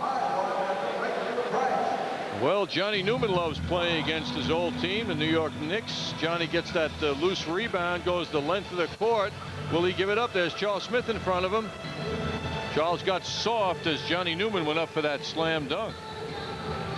Milwaukee putting together a 6-0 run, including that dunk in the last minute 12 to take the 10-point lead, their biggest of the game.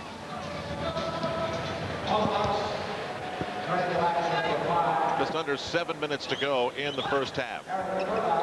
Patrick Ewing back into the game. He's got 14, and he has not missed a shot. Newman guarded by Starks.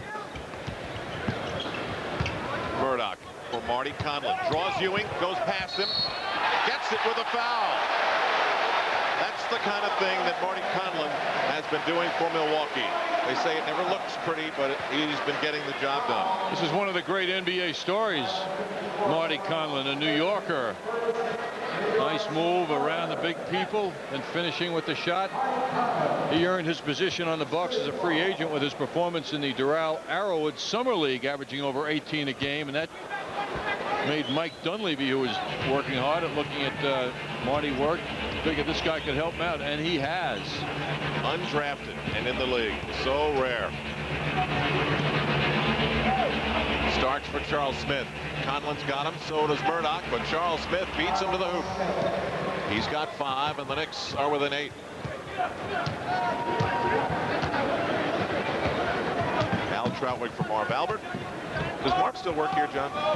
Yes, he does, Al. He called earlier today, too, and told me to pass along his best to you. Good. He's out co-hosting the Ace Awards.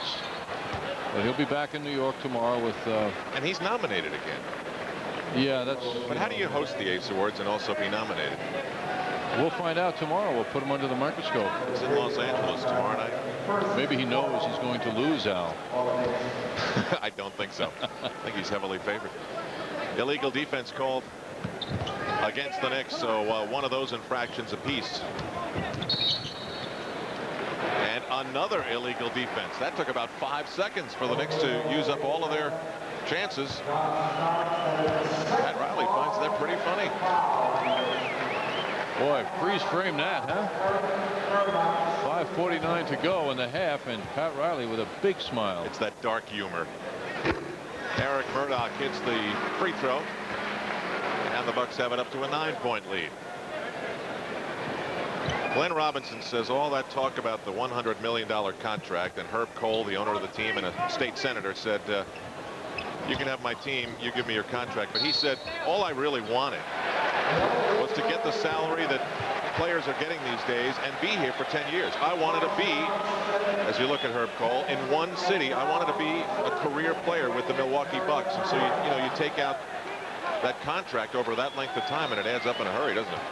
Well, he settled for a $68 million 10-year contract. Another illegal defense for the Knicks. This time Murdoch hits the back of the rim. Pat Riley's not smiling now. He's irritated.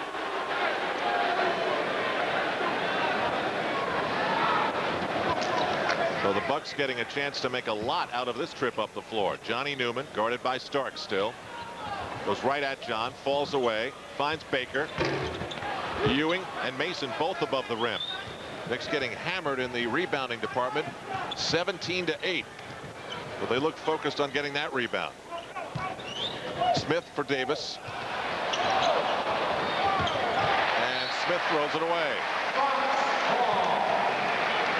6 turnovers by New York. Knicks have got to get a tougher attitude now in this game against this young team that's coming on strong. Robinson, what a battle with Mason. Almost rolled in. Marty Conlon's there for the follow. Why is no one in front of him? I'm sure that's what Pat Riley wants to know. It will be Nick Ball.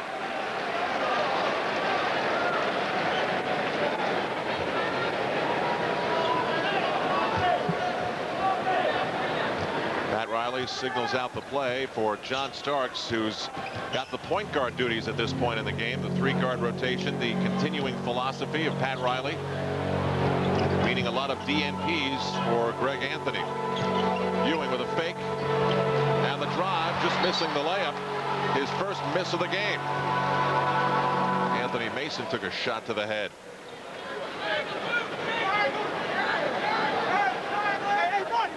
He shakes it off, and Charles Smith will inbound. Patrick moving freely around the basket, seems to be able to get any shot he wants. Hubert creates his own shot and hits it. Davis with 6. 4.5 to go. The Knicks still down 9. Murdoch drives around Davis. Soft one-hander is a big rebound for Ewing. Ewing up quickly and up high. Davis guarded by the taller Johnny Newman. Knicks continue to look inside for their offense. Ewing, quick look, Mason. Great play.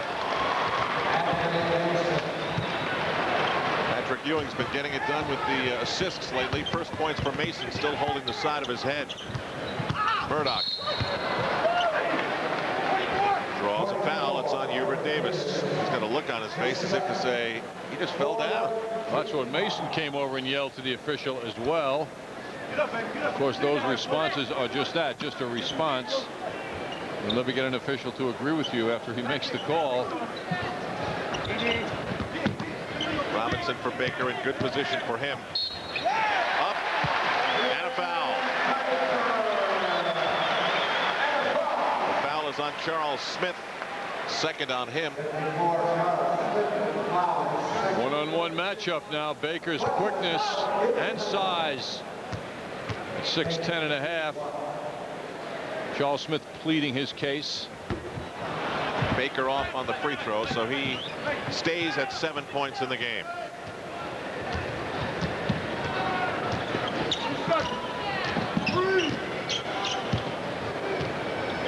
Stark season opening. And a foul outside before the drive. Nice move by John on that crossover dribble. Murdoch's a quick man and a fine defender, and John blew by him. Derek Harper back into the game. He replaces Hubert Davis.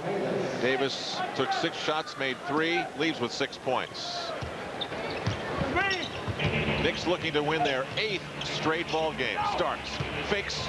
Johnny Newman goes all the way and missed the layup, but a tough layup it was. For some reason, the Knicks as a team tonight are not finishing well under the basket. Glenn Robinson backing in on Mason. Silky smooth. And he's only 6'7", and he seems to go over his opponent every time. He's been really doing just about everything in this game. 19 points for Glenn Robinson.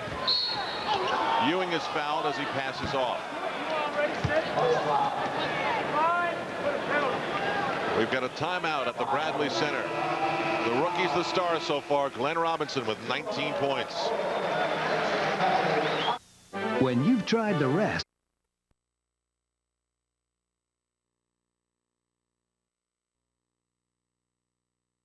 Year, the average broker made $128,000. This could be you. Vision Investment Group, the answer to a positive financial future. Call 516-249-2900.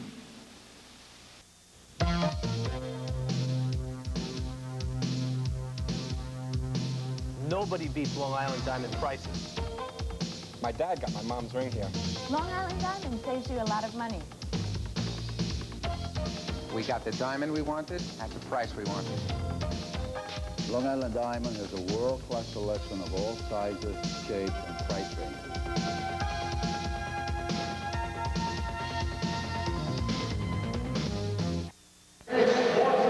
Memories of the Big O, Kareem Abdul-Jabbar, and the Bucks' only championship in 1971. More recently at the Garden, the Rangers won one. We know when that was, and we know what the problems have been. But guess what?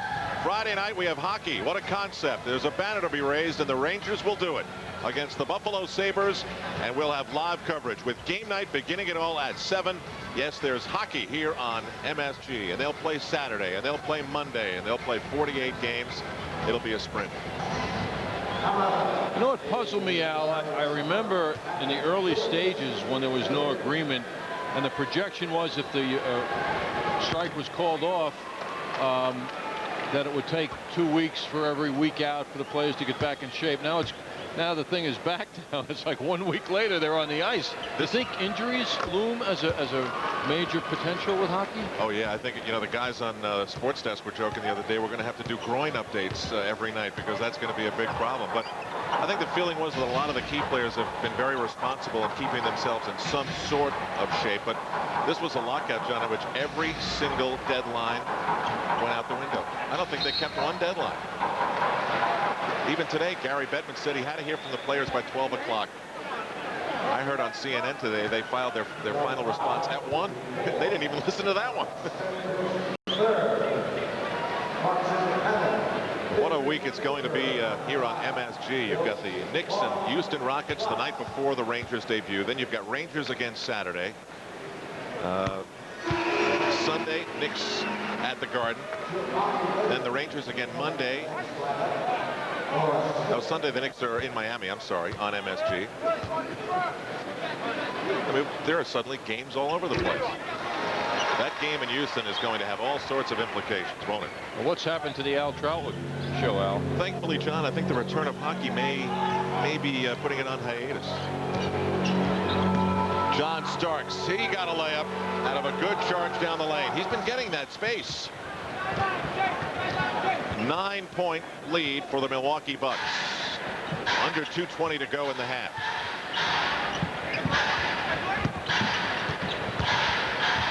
Johnny Newman got hacked on the drive, and he's got words for Derek Harper. Doesn't want to hear about it.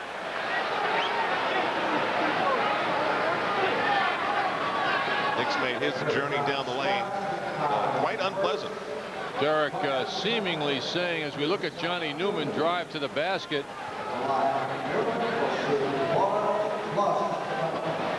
Johnny, if he had any complaints, you would think it would be in the direction of John Starks, but Harper had nothing to do with the play other than to cushion Johnny Newman. Johnny's all grouchy now, and he misses the free throw. I asked you a question. Are you done? Johnny, are you done?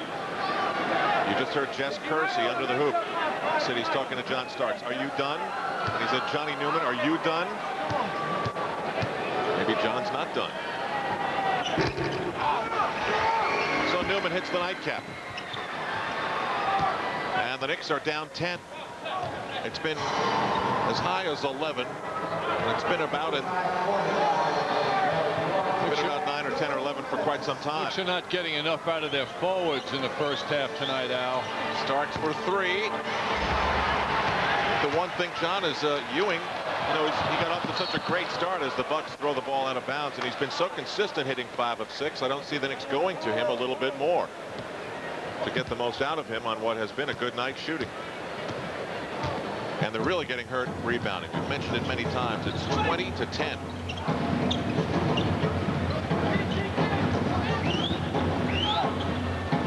Starks and Ewing play catch. Ewing goes up. Mason couldn't get the rebound. He was outmanned 2-1. 90 seconds to go.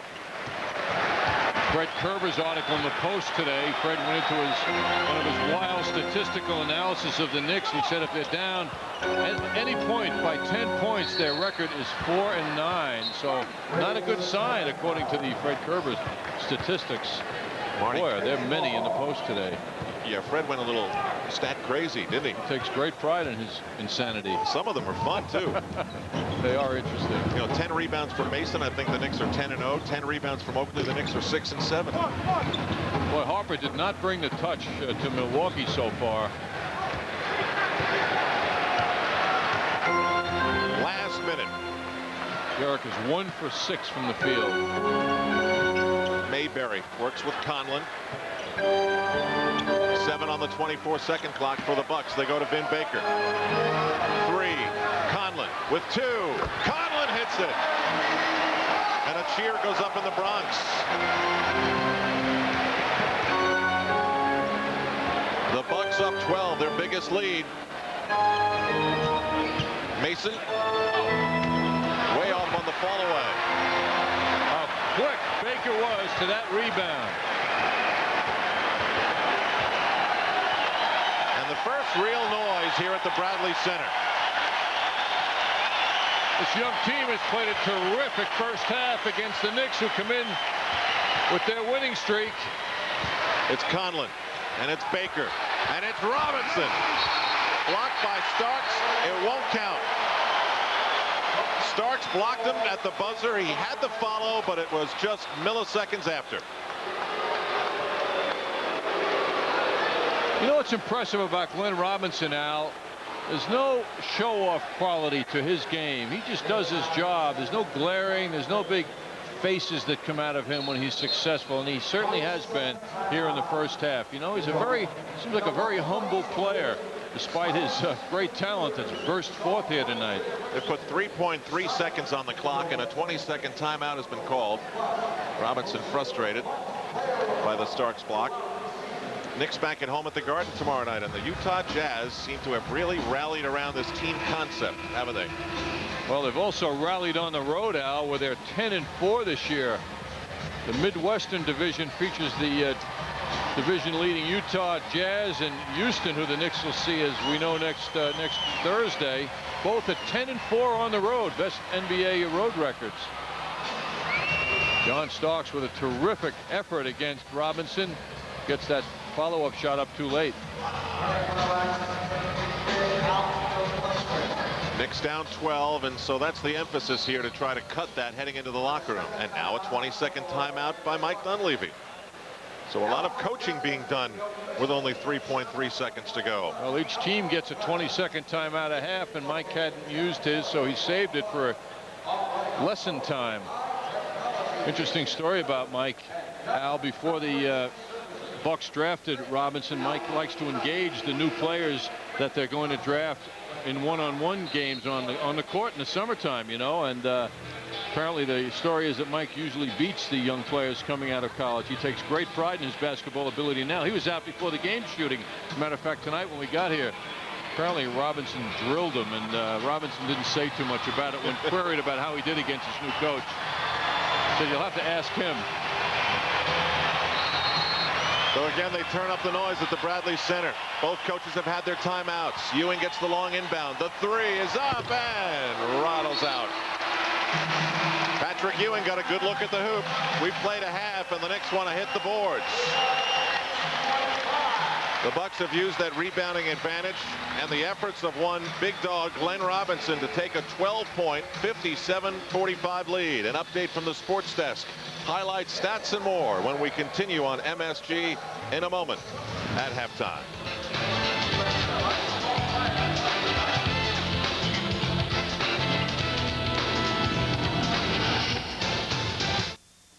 Tak se snažím sehnat ten nový operační systém.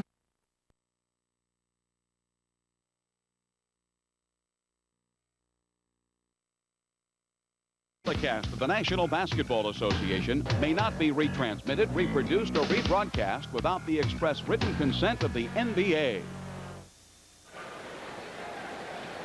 Back at the Bradley Center in Milwaukee, Wisconsin, halftime. The Bucks with a big lead, getting 19 points from Glenn Robinson, 57-45. We'll be back in a moment, but first let's go to Mike Crispino. All right, thanks very much, Al. Let's check out what's going on around the NBA. Butch Beard without Chris Morris tonight as the Nets were in Philadelphia meeting the Sixers for the first time this season. Nets have gone in the tank before the midway mark. They've lost 8 of their last 9, but tonight they have battled back, and they lead 95-91. 3 minutes remaining to be played at the Spectrum. John Lucas beside himself late in the half. Sean Bradley, terrible pass. Rex Walters picks it up, pumps up a 40-footer and hit it. That cut the lead to 50-46 at halftime. Kenny Anderson, in the midst of a career night, has 36 already, blows by the defense, reverses on Bradley, 82-81 New Jersey. The Jason Williams great up fake, blows by Bradley. That tied it at 89. It's 95-91, as I said, with 3 minutes remaining. Orlando's 7 losses have all come on the road this year, so tonight in Atlanta, the Hawks were trying to take advantage of that seeming weakness. Right now it's 88-83, the Magic leading the Hawks as they play the fourth quarter midway. The Shaq and Company and Craig Elo on the break, finding Stacey Augmon. Great save, and Kenny Norman laid it up. It was tied at 36. Later on, though, O'Neal on the alley-oop. Who can stop this? Nobody. That made it 57-50 at halftime. The Magic, Norman got trapped late in the third.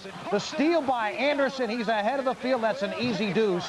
Orlando by 4 at that point. They're up by 5 right now, playing midway in the fourth.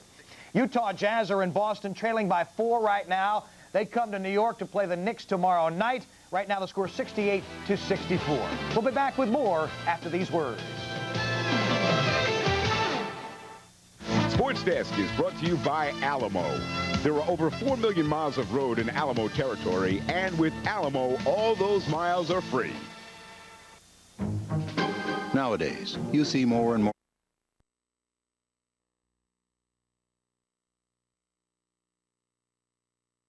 in a week, so but after the initial 2 or 3 week grace period there, I think the hockey will be just where it should be, and the 50-game schedule should be exciting.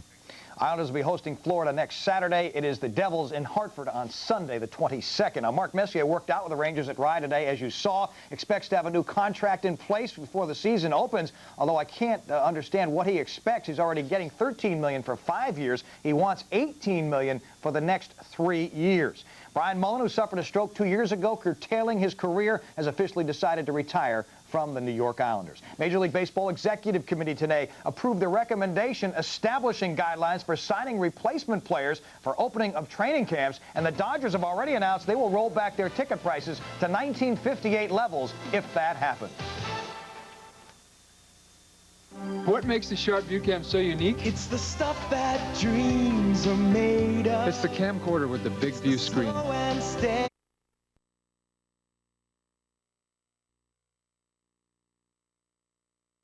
For a new car, it makes perfect sense to visit the one dealership that displays the most popular brands. Hi, I'm Bob Neisner for all my friends at East Hills Chrysler Jeep in Roslyn. Whether you want to buy or lease a brand new Chrysler, Plymouth, Jeep, or Eagle, you're sure to find what you're looking for when you visit East Hills Chrysler Jeep. It's the one place you'll find a complete inventory without disappointment. And when it comes to price, you'll find my friends at East Hills Chrysler Jeep very, very customer friendly.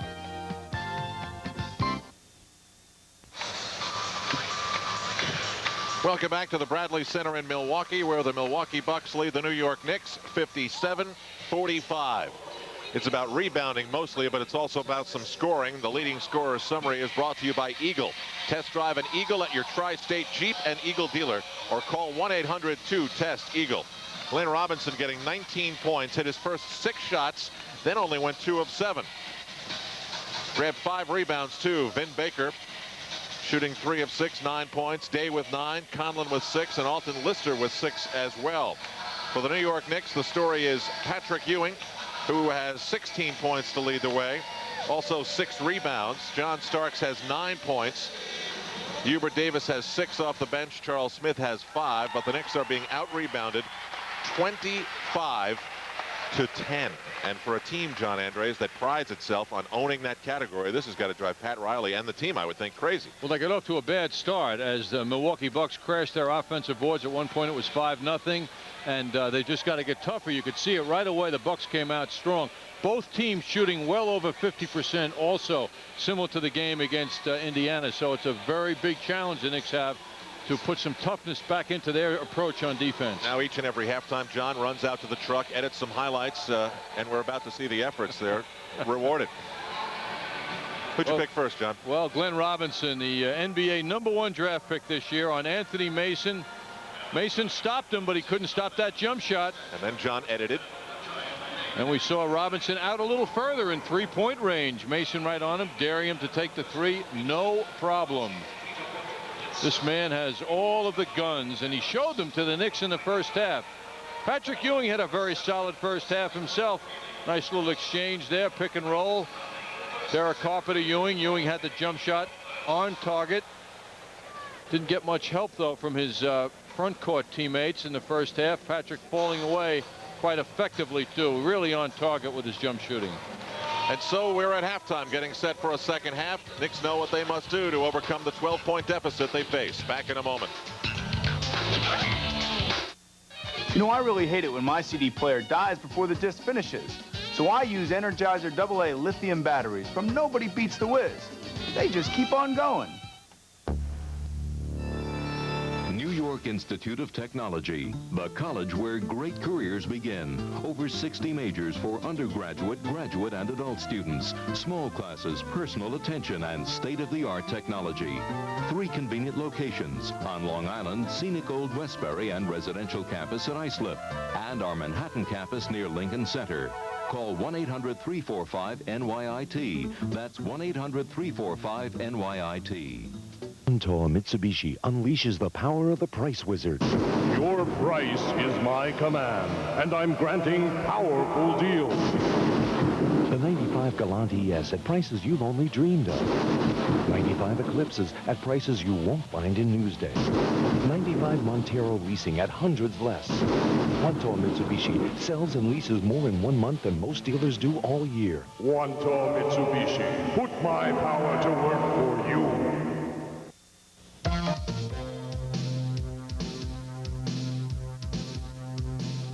Nobody beats Long Island Diamond prices. My dad got my mom's ring here. Long Island Diamond saves you a lot of money. We got the diamond we wanted at the price we wanted. Long Island Diamond has a world-class selection of all sizes, shapes, and price ranges.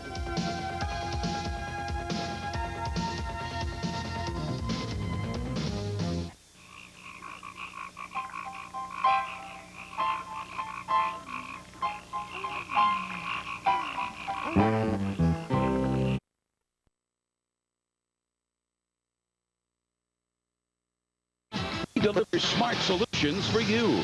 By MetLife. Get Met. It pays. And by Mobile. Helping you move faster with Mobile Pay at the Pump.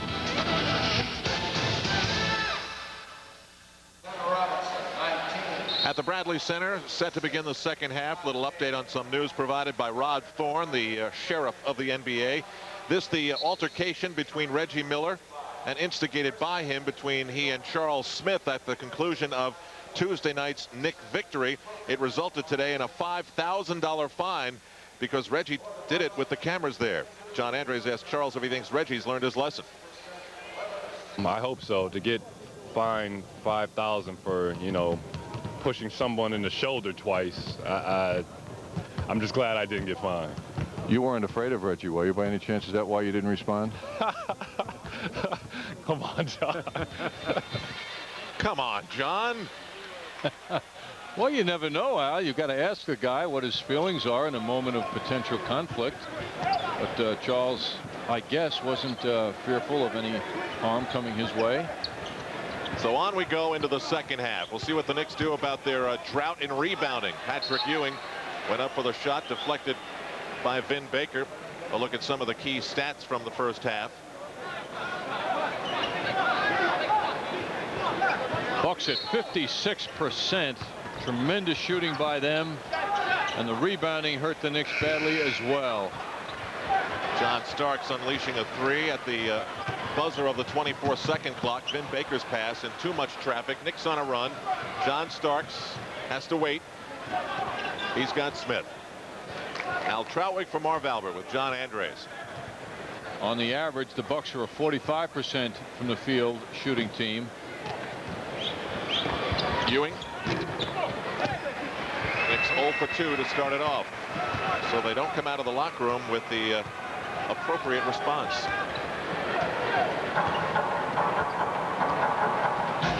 Knicks have taken 6 straight from Milwaukee. Charles Smith goes to the floor for that steal. Starks with Harper and Williams up, and Harper wasn't ready for it.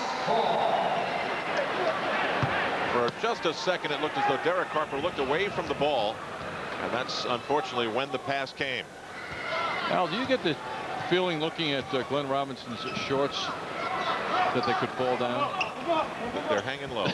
They are hanging low. You know, John, if the shirt was off, he'd look like the plumber who comes over. You know, the pants way down. Charles Smith has got to dig in and come up with better answers on defense. Glenn Robinson, though, as long as we're talking fashion, one of the few players in the NBA who puts his socks on and pulls them all the way up.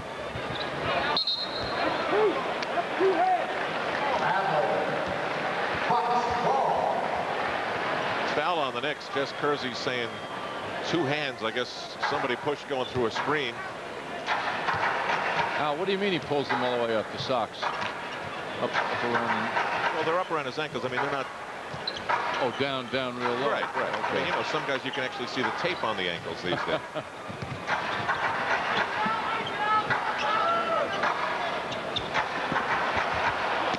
Ewing with a big rebound.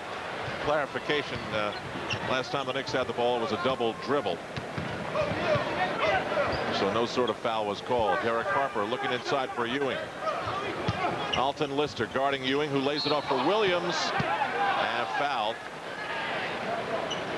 Patrick Ewing had no choice on that play. In the middle of his move, Monty Williams came right toward him. Patrick gave it up.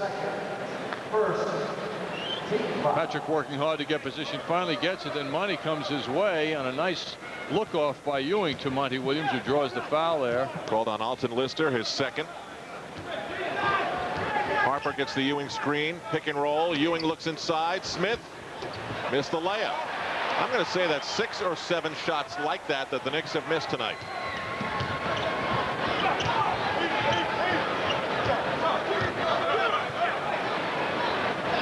Glenn Robinson for Lister. Pulls up.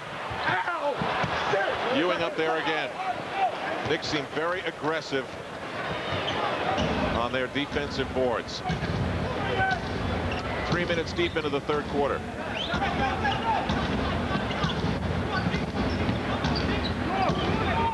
Seven on the 24-second clock.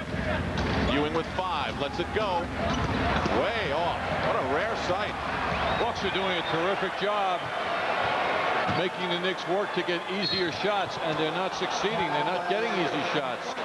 Glenn Robinson traveled on the drive, so the turnover will give it to the Knicks. Bucks by 14. Knicks did not have a good shooting first half from the perimeter.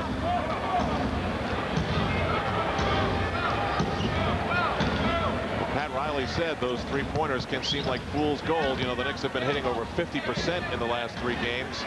Only 3 of 10 in the first half. 3-second violation against the Knicks. So they started this third quarter with very little going their way. Because the Bucks have come out doubly aggressive on defense themselves. They're not depending on their shooting. They're working hard on defense. I mean, that number looks like a misprint. 29-12.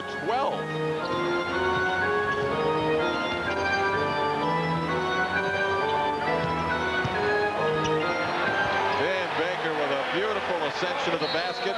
He's got 13 points. And the Knicks call timeout. 8:07 to go. Knicks down 16. It's 3 a.m. and you've got to get the year's most important contract to your company's biggest client overseas. And guess what? The fax just won't go through. What are your options? Well, now there's a new option. Call 1-800-THROUGH-FAX, and AT&T's International Fax Service Center will help you solve the problem. Only AT&T guarantees to get your international fax there. No matter what it takes. AT&T for the life of your business. Let's try to keep things clean. Why? Because I said so. When you fill up with Mobile Super Plus detergent gasoline, don't bounce. You put years of detergent know-how into your engine. Just watch the windows. Keep your fingers off the glass. This thing looks worse than your room does. So we can help you clean the inside of your engine as you drive and keep vital parts free from dirt and deposits. Of course, keeping the inside of your car clean, well, we'll have to leave that up to you. Mobile. How can we help you? Every year, one credit card gives you something other credit cards don't. Only the Discover card offers you Cashback Bonus Award. Cash. Over $500 million paid so far. And there's no annual fee. So carry the Discover card and improve your cash flow. It pays to Discover. Accepted wherever you see the Novus Network sign. Baker left of the screen, getting good position down low on Charles Smith. Baker's figuring out his move, and then spin to the basket. What appears to be an easy layup off a very fine move by Baker. Charles Smith on the inbounds off Derek Harper's shoulder. The Knicks are just not in the groove at all. Ewing from way out. Hits the jumper. It is 61-47. And those the first points in just over 4 minutes for the Knicks. They went to the locker room at halftime with 45. Todd Day. Tough shot. Followed by Vin Baker. He's now got 15. The Knicks front line is being outscored 27-42 by Milwaukee's front line. Illegal defense called against Milwaukee. That's their second infraction, so the Knicks will get a free throw.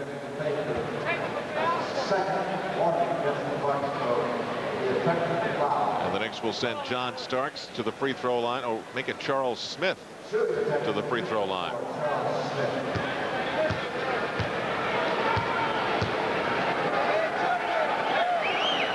Knicks still, of course, without Herb Williams, who's got one of the biggest casts you've ever seen on his hand. with a pin used to help close the break in his broken bone. And Charles Oakley making some news this week, saying he thinks he's coming back sooner than the doctors say. That's good news. Derek Harper.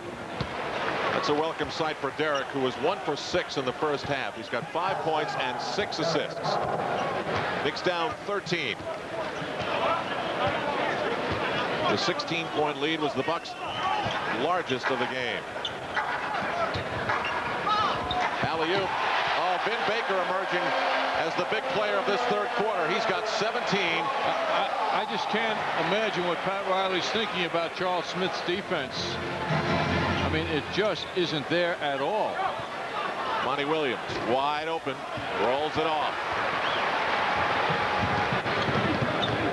Vin Baker for Glenn Robinson, scoreless in the second half. Robinson working on Monty Williams. Robinson up. What touch! Well, at the end of the move, he's falling away. 21 points for last year's #1 overall pick in the draft. And a 17-point lead now for the Bucks. Charles Smith. Starks now. Ewing. Foul and short on the shot. 6:10 to go. Anthony Mason enters the game. Charles Smith leaves. Smith leaving with 6 points, 2 of 4 shooting, 0 rebounds. Very disappointing performance for Charles in this game thus far. Charles coming off that great first half against Indiana, 17 points, but then got in foul trouble and wasn't in the mix really for the rest of that Knick win.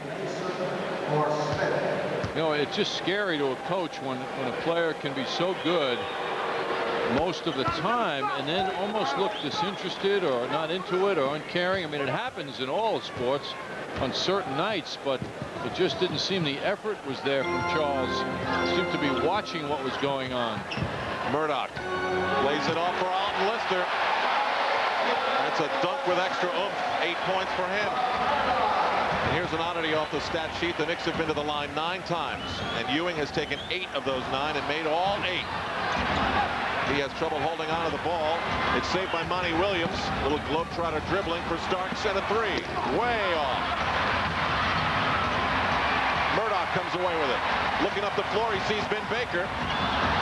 Harper tried to steal it. Murdoch gets it back. Ewing's there for the bound.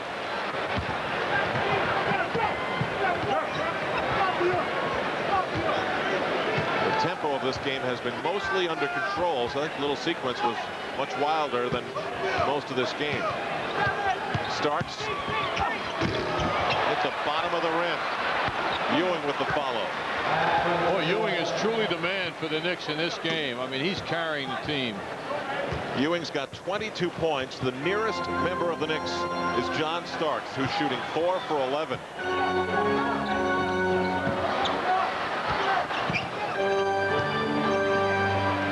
It's Glenn Robinson again. That was pretty wild. Ewing down right on top of Robinson, who looks like he's hurt. Glenn Robinson hurt, still at the other end of the floor. Now slowly getting up. Looks like he may have taken a shot to the face. Can somebody check on this $68 million man? Finally, someone's over there. Mike Dunleavy felt it was worth a timeout now. And it certainly is with your main man on the floor, severely dazed. Mike Dunleavy as well. The Senator looking on. The team is up by 15, due largely to him. Charles Minlin, Zendon Hamilton, Felipe Lopez. Don't miss St. John's as they battle Seton Hall live from the Garden Saturday right here on MSG. If you're shopping around for a new car, it makes perfect sense to visit the one dealership that displays the most popular brands. Hi, I'm Bob Neisner for all my friends at East Hills Chrysler Jeep in Roslyn. Whether you want to buy or lease a brand new Chrysler, Plymouth, Jeep, or Eagle, you're sure to find what you're looking for when you visit East Hills Chrysler Jeep. It's the one place you'll find a complete inventory without disappointment. And when it comes to price, you'll find my friends at East Hills Chrysler Jeep very, very customer friendly.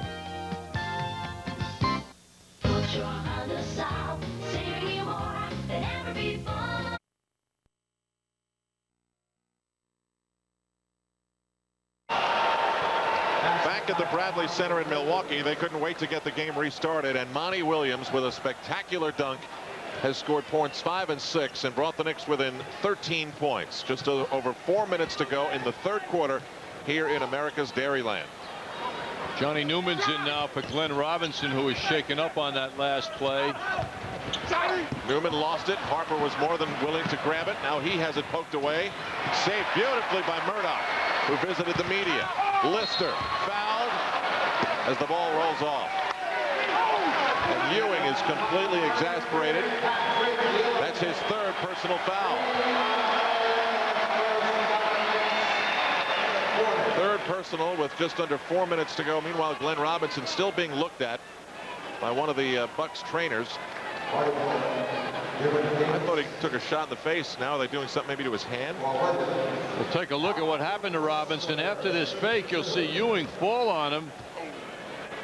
And that's really the pain that was inflicted on Robinson coming from Ewing. Another angle at the same look. Man, that's like a tree falling on you. A big tree. On a big dog. It looks as though he'll be all right.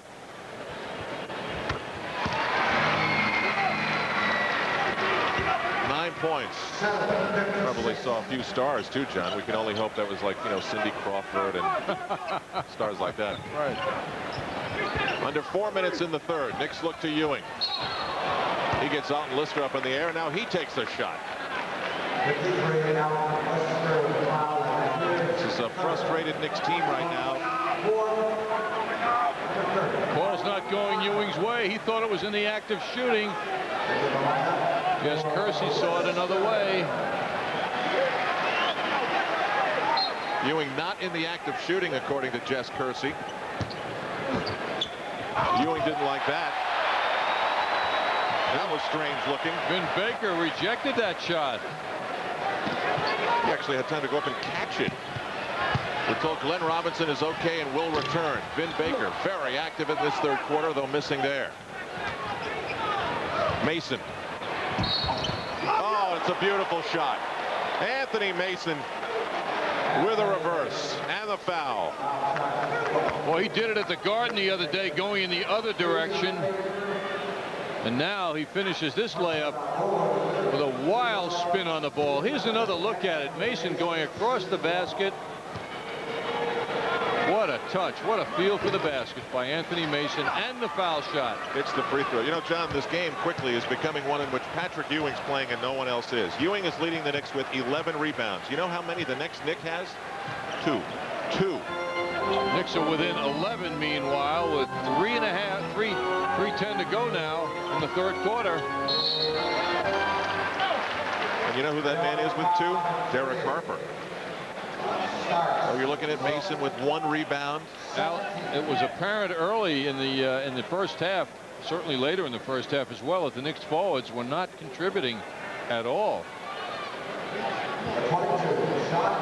So Johnny Newman steps to the line. Charles Smith, no rebounds.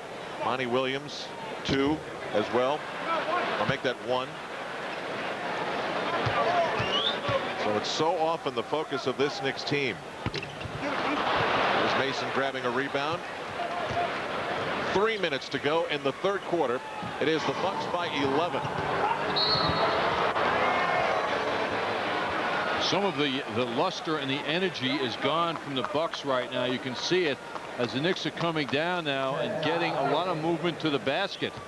So the energy that the Bucks were playing with seems to have dissipated a bit. Yeah, I mean, if you're Mike Dunleavy and you see that your team is out rebounding the Knicks by as much as they are, you think, can we possibly think about getting this lead up to more than it is? The lead is now 10 as Starks hits the free throw. Mike and Frank Hamblin to the left there. Frank, a long-time NBA assistant coach and also a head coach for a period here in Milwaukee.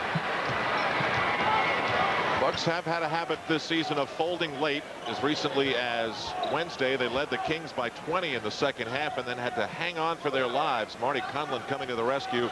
He's got the ball now. 6 on the 24-second clock. This is Vin Baker. This is Vin Baker. Baker's got 19 points. That goes with Glenn Robinson's 21, and that's the frontline combo that's killing the Knicks. And that's a combo that has all-star game on it, if not this year, certainly in years to come for those two forwards. Harper hits the three. It's a big rebound by Todd Day. Eric Murdoch, very solid at the point. Day, Conlon, Marty Conlon. Bucks by 14. The other shocking statistic, Al, is that the Bucks are 14th in the NBA in rebounding. They are not known as a powerhouse. They're right in the middle. Harper thought about Davis. Gives it to Starks. 3 guards out there for the Knicks. Mason. Davis for 3. He's got it. Hubert Davis with Johnny Newman very much in the vicinity. Has 9. 11-point lead again for the Bucks. The Knicks certainly within distance now if they can put some consistency together and get contributions like Davis just gave the Knicks.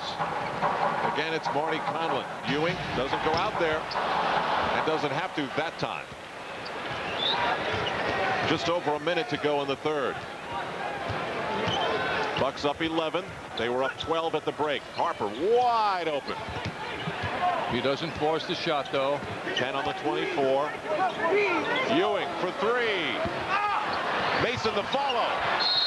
Throws a double team and the foul. What a break for the Knicks. Of course, Pat Riley cannot want a Knick exchange of the basketball to end up with Patrick Ewing shooting a 20-foot jump shot. That's not the best they can do.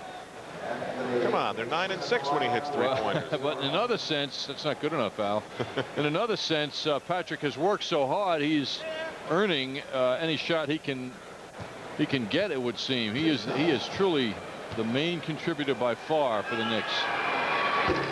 Mason rolls it off on the first attempt. Anthony Bonner getting his first glimpse of action in this second half. Ewing leaves, so does Derek Harper. Charles Smith back. So 2 forwards for a guard and a forward, or a guard and a center. Patrick Ewing, he's giving it his all. 22 points, 11 rebounds. This is an example in tonight's game through 3 quarters now of the work ethic of Ewing and what he's capable of when you talk about effort. Wow. Glenn Robinson back into the game after suffering a blow to the face. Todd Day for Vin Baker. Oh, and he leaped to grab that pass and make it work. Marty Conlon with the follow. 10 points for Marty Conlon.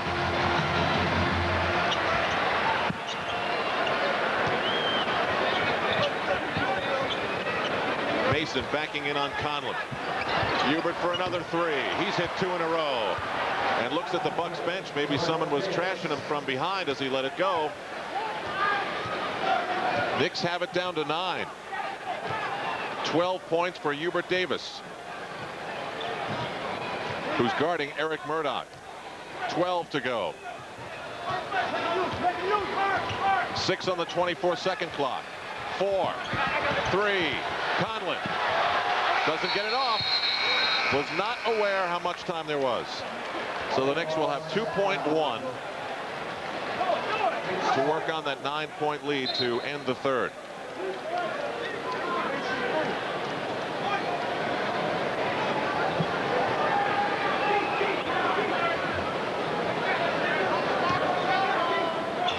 Starks looks up for Smith, off his fingers, out of bounds. And they'll have to adjust the 24-second clock, or the game clock rather.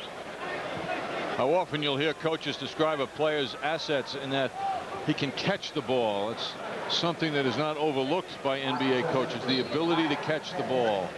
I think that was the old catch it before you're going to shoot it. I think he looked away as the ball came to him. Well, they didn't adjust the game clock, which just sounded off the end of the third quarter. But the Knicks make up some ground heading to the fourth.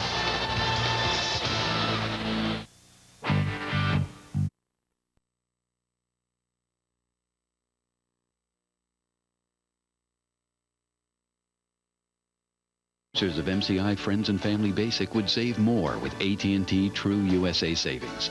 Call 1-800-PIC-ATT. switch for free. I've tried something else. I'm going back home. I'm going to stick with AT&T. Your true voice. New York Knicks basketball is brought to you in part by Hertz. For business, for pleasure, nobody does it exactly like Hertz. Heading into the fourth quarter, we're about to share something with you. Weird moments in the NBA. It's our video file under that topic. The place was the Summit in Houston as the Bucks visited the Rockets. Sam Cassell visits Mike Dunleavy up close. I mean, that's about as close as you'd want someone to get, right? I would think so, particularly when you're a good dresser like Mike Dunleavy with very expensive threads on. See, now Marv will take that, put it in the achievement awards, and make a lot of money with that. Maybe not as much as you might think, Al. Both teams have taken the same number of shots. The Knicks have just made less. Plus, they're being out-rebounded 35-19. But the Knicks did put on a bit of a run in the last 5 minutes of the third quarter. They outscored the Bucks 15-7. And they're the closest that they've been since halftime. Robinson has shaken off the blow he took in the third quarter, back on the court. The Knicks had a better third quarter defensively, holding the Bucks to 19 points. The first quarter, the Bucks had 32, the second quarter 25, and now 19. So they are getting more effective defensively. Double fouls were called against Glenn Robinson and Anthony Bonner. Eric Murdoch just threw it out of bounds. He tried to get it to Vin Baker. Too much Knick traffic there.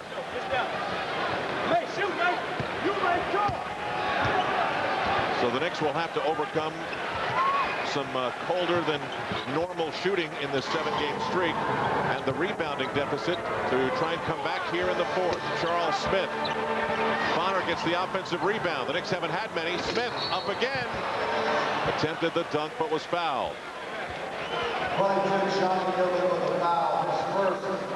So Smith went both ends of the spectrum on that possession.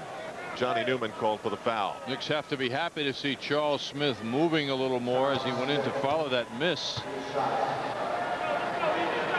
But these are weak numbers for Charles Smith in view of how he has been playing and contributing for the Knicks. Missing the first free throw. Got to toughen up now in the fourth quarter. Against the second, the Knicks are within 8.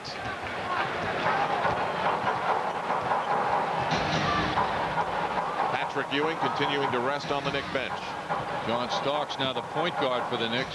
Murdoch fakes Davis, gets to the free throw line for Newman.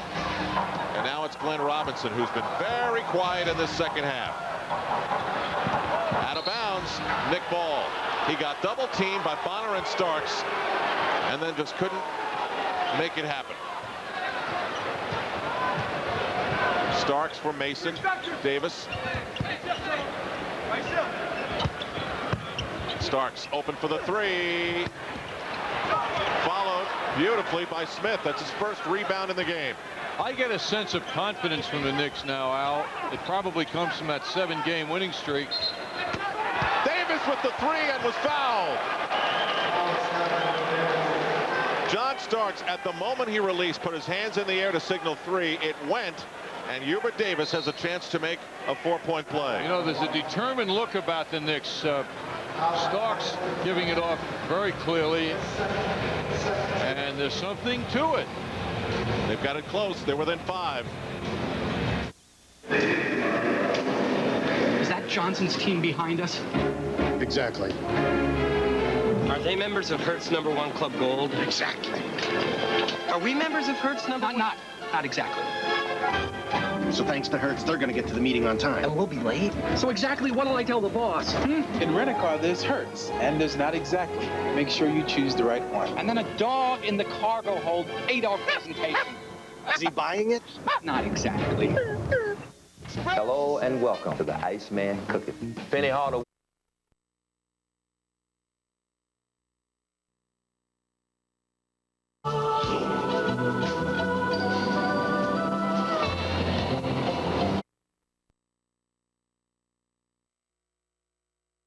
Jeep, and it's only at your tri-state Jeep and Eagle dealers.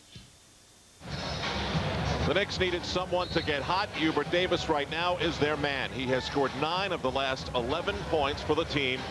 And single-handedly, his three-pointers brought the Knicks back to 74-63, down 11. The next one brought them back 76-67, down 9.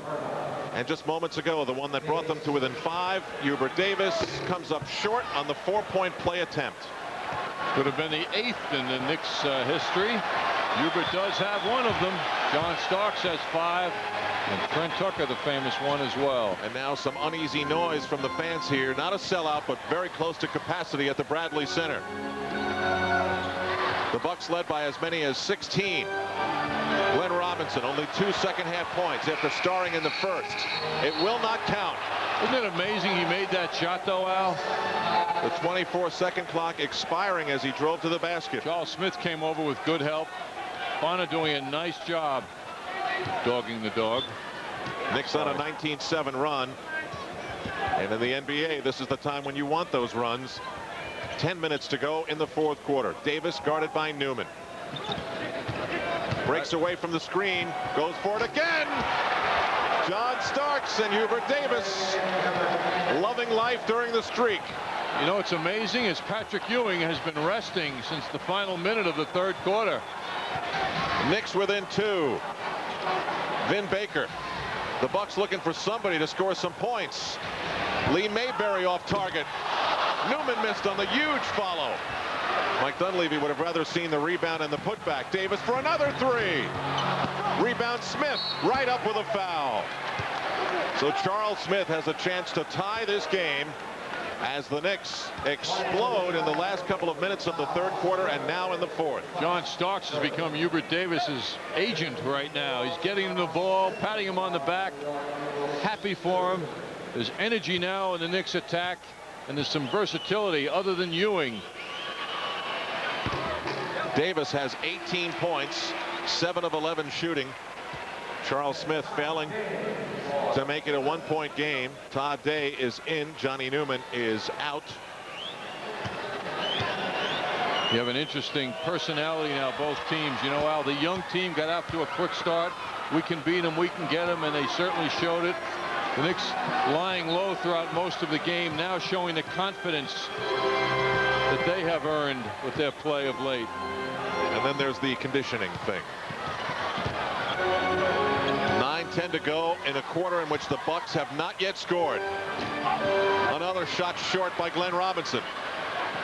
And Bonner gives it to the point guard of the moment, John Starks. You notice Mayberry's not putting a lot of pressure on Starks, which he should be doing. Day all over Hubert Davis, and they better be all over him, but they're not over him enough, and he hits another 3. Hubert Davis. And the Knicks have taken the lead. 5 3-pointers by Hubert Davis, and they've all seemed so huge as the Knicks have taken the lead by 2 with 8:42 to go. This is an amazing individual performance by Hubert Davis. Well, what's also amazing is how the Knicks are recognizing Hubert and what he's doing and feeding him the ball, getting it to him. No hand in his face. Mike Dunleavy can't be happy about that. You know, Hubert is also one not to gloat on his success. He just puts his head down. Look at this amazing turnaround by the Knicks. That's what you do when you're getting killed off the boards. You get somebody hot and go with it. Sounds if you can. Sounds simple. Yeah. Well, Mike Dunleavy's got a problem on his hands. For the 2nd game in a row, his Bucks have blown a big lead. 8:42 to go. The Knicks 8 for 22 from downtown in this game, and they've been living off of that for the past 3. Now this is the 4th game. Hubert hitting 4 in a row, changing 4 of 18 into 8 for 22. It's Davis guarding Mayberry. Starks trying to stick with Todd Day. Conlon with Smith. Mason with the big dog.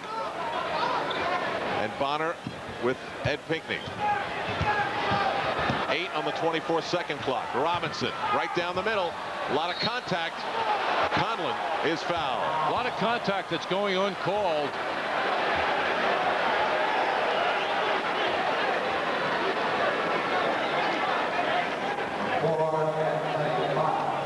A lot of bumping going on. Starks down low with Day, bumping, pushing him out a little bit more, making him receive it out high. Smith with a couple of bumps, no foul called. Robinson goes in, and Marty Conlon fouled. By Anthony Bonner, his third. You really have to be happy for a guy like Marty Conlon. He's got 11 points and 5 rebounds. Marty from Archbishop Stepinac High School, as we mentioned earlier, not drafted. Played with a number of teams in the NBA, starting with Seattle. First Buck points of the quarter. The game is tied. Knicks looking to win their 8th straight. Mike Dunleavy screaming that Hubert Davis was out of bounds. 10 on the 24. 8 minutes to go. Mason. Smith is open. Rattles around. Bonner and Mason in the neighborhood. It's going to be Nick Ball.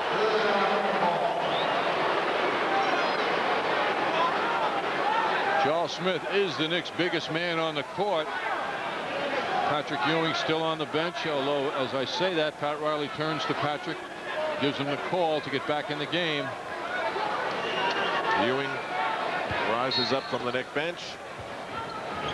Davis. Day is there. Brings it out for Starks. Knicks got a fresh 24 on that out of bounds. Starks spins away from Mayberry. Goes all the way with a beautiful move that didn't have the right finish for him. Starks 4 for 13. Bonner tried to intercept off his fingertips with 11 seconds to go on the 24-second clock. Ewing returns, replacing Anthony Bonner. Bonner did his usual terrific job. High energy, solid defense, and contained Robinson quite well. He's a very unique player, Anthony Bonner. He seems to be involved in so much, but he leaves with 0 points and 3 rebounds. Alton Lister back in. As the Bucks go big, they've got both of their big guys out there, Pinckney and Lister.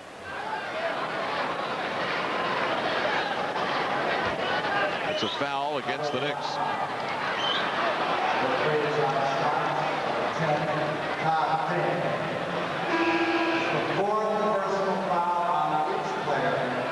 Double fouls for the second time in the game. Todd Day and John Starks. Derek Harper back in. John Starks sits. Doesn't get the call. Vin Baker back into the game. So it's Mayberry with Baker, Lister, Robinson, and Day. Knicks have Davis and Harper at the guards. Mason tangles up Lister up front. Commits the foul. Good exchange by the Bucks, getting the ball to Lister.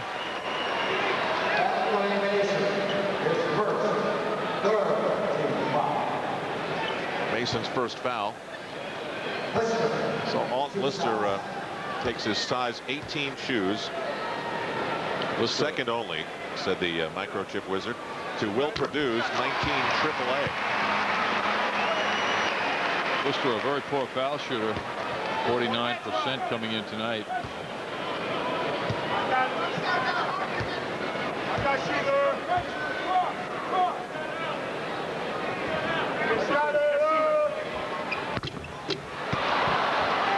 Rolls off, so the Bucks are ahead by 1. Knicks were down 16 points in the third quarter. Smith is overplayed, but able to save it. They get it down low again to Smith. Good look for Mason. Good fake. A solid play by the Knicks. Boy, what an example of being a shooter who can use both hands. Mason, the lefty, but when it's called upon, he goes to that right hand so effectively around the basket. Knicks passing has been superb in spite of the rebounding deficit. They've got 21 assists to the Bucks 12. Oh, from behind, Lister banging the boards hard over Ewing. Call for the foul. His fourth. What a difference in the Milwaukee Bucks, John. I mean, Glenn Robinson goes from being 19 points in the first half to almost invisible in the game, and offensively nothing happening right now for Milwaukee. The statistics you mentioned about Bonner is an example of how important he is to the team because the numbers aren't there, but he certainly shut down Robinson. Lister and Ewing exchange elbows. Nothing develops from it. Out of bounds, Buck ball. We've got 6.5 minutes to go in this fourth quarter, and Milwaukee has 3 points. 2 for Conlon and 1 for Lister, all from the free throw line.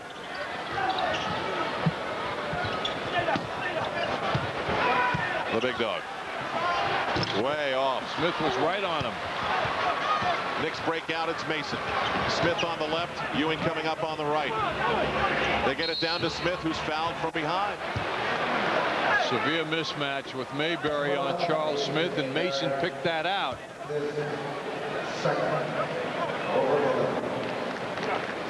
There is a reason that this Bucks team is 11-22. A lot of good young talent. And then you've got to figure out how to use it to your best advantage over the course of an entire game. Well, their main target for the future is to get a big man who can score. They're hanging on with Lister, who's done a good job for them in this game, but he's certainly not the future for this team. But once they get a dependable big man, even an Eric Montrose type, who can get them 12, 15 points a game, they will really be tough. Vin Baker gets fouled. The Bucks now have gone more than 6 minutes without hitting a shot from the floor. And they didn't score in the third quarter. They scored with 37 seconds left, so this is almost like 7 minutes we're talking about without a field goal.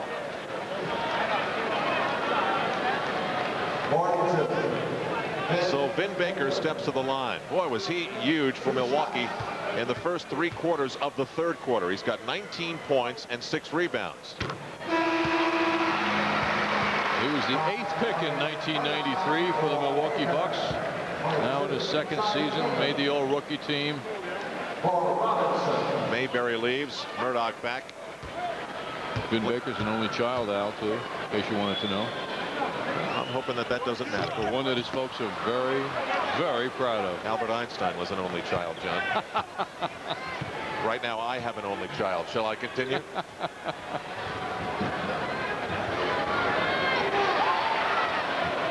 Pressure by Todd Day on Hubert Davis. Davis whips it for Smith. Saved by Mason. Bucks go up big. 3 strong for the rebound. Knicks by 2. 5.5 to go. Bucks still looking for a field goal. Baker kicks it out from Murdoch. Harper stays with him. Baker. They still don't get a hoop. Mason made him take that shot, falling away. 7.5 minutes without a basket for the Milwaukee Bucks. It has allowed the Knicks to get back in the game. They played solid defense. Harper for Ewing. Kicks it for Smith with 3 on the 24. Hits it. Knicks by 4. 12 for Smith.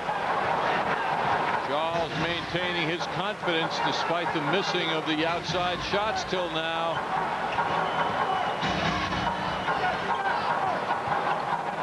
Baker coming in on Ewing. Oh, the Bucks just aren't getting any good looks. Murdoch just lost the ball. Swarmed by Knicks. It's Ewing on the break for Harper. What an amazing turnaround. This crowd, almost a sellout, cannot believe what they're seeing. Well, they were quiet when they were up 16, and they're quiet now when the game is going away. Knicks throw the ball out of bounds.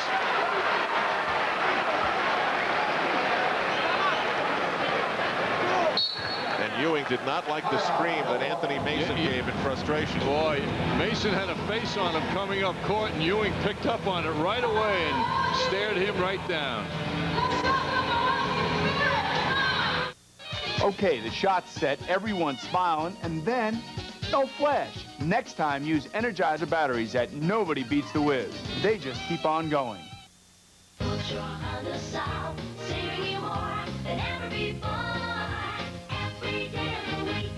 At North Shore Honda South.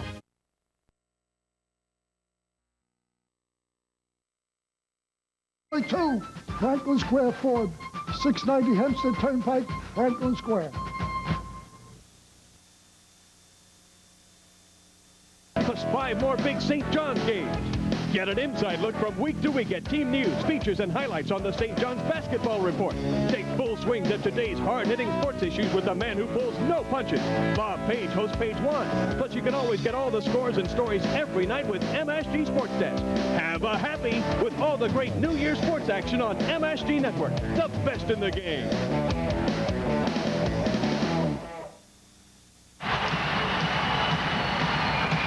4:08 to go. The Knicks are up 4. The Milwaukee Bucks have gone 8 minutes and 29 seconds without a field goal. Murdoch met by Ewing. Under 4 minutes remaining. Knicks coming back from 16 down to try and win their 8th consecutive game. Bucks trying to get it into Baker.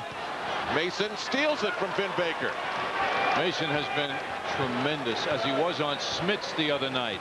That stare down by Patrick Ewing after Mason showed displeasure on the Ewing toss out of bounds seems to have been put behind him. Ewing stared him down, and it was an icy cold stare. Ewing rolls that jumper around.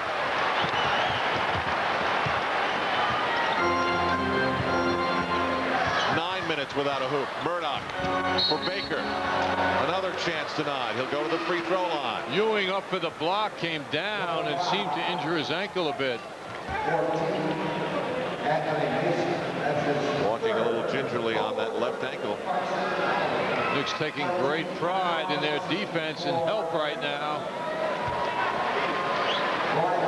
Ewing coming down, perhaps on another player's foot.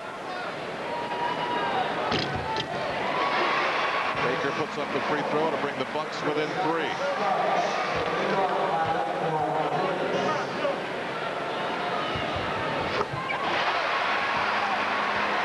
It's a 2-point game. Vin Baker's got 22 points. Very solid. 6 rebounds. Knicks have been led by Patrick Ewing's 22. Hubert Davis 21. 5 3-pointers. Interesting now, Al, with Hubert out of the game and Harper leading the way as the point guard. Starks still in there. John Starks. Harper, Smith. Bucks doing a good job of getting around to cover each other. Harper for 3. He's having a tough night. Big follow Ewing. The foul and will it? Will it? It counts. The goal counts. Huge basket by Ewing. Well, what sprained ankle? John, that's about as high as I've ever seen Patrick go up for a rebound. Great ball movement by the Knicks, which ended up with 2 seconds left with Harper on the shot. Ewing right up there. Perfect timing, as you say, Al. Now that ball goes in the basket. There was a little discussion for a few minutes. Now the officials have changed the call. It is no basket, so 2 free throws for Ewing. Patrick Ewing's just having a dream night on the free throw line. He's got 23 points. He's got a chance now to make it 10 for 10. Perfect from the line. Under 3 minutes to go. It is the Knicks back to a 4-point lead. 86-82.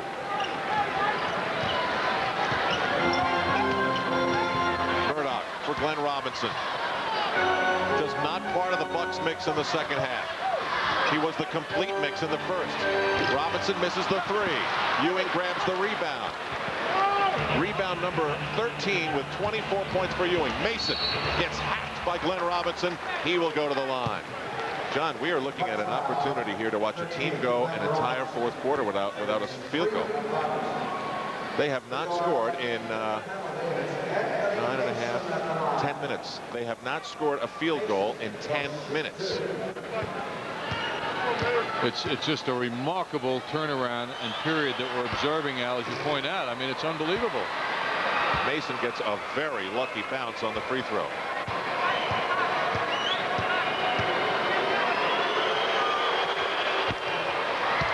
And Mason does a little tongue wag as the free throw drops. Knicks by 6, 2.5 to go.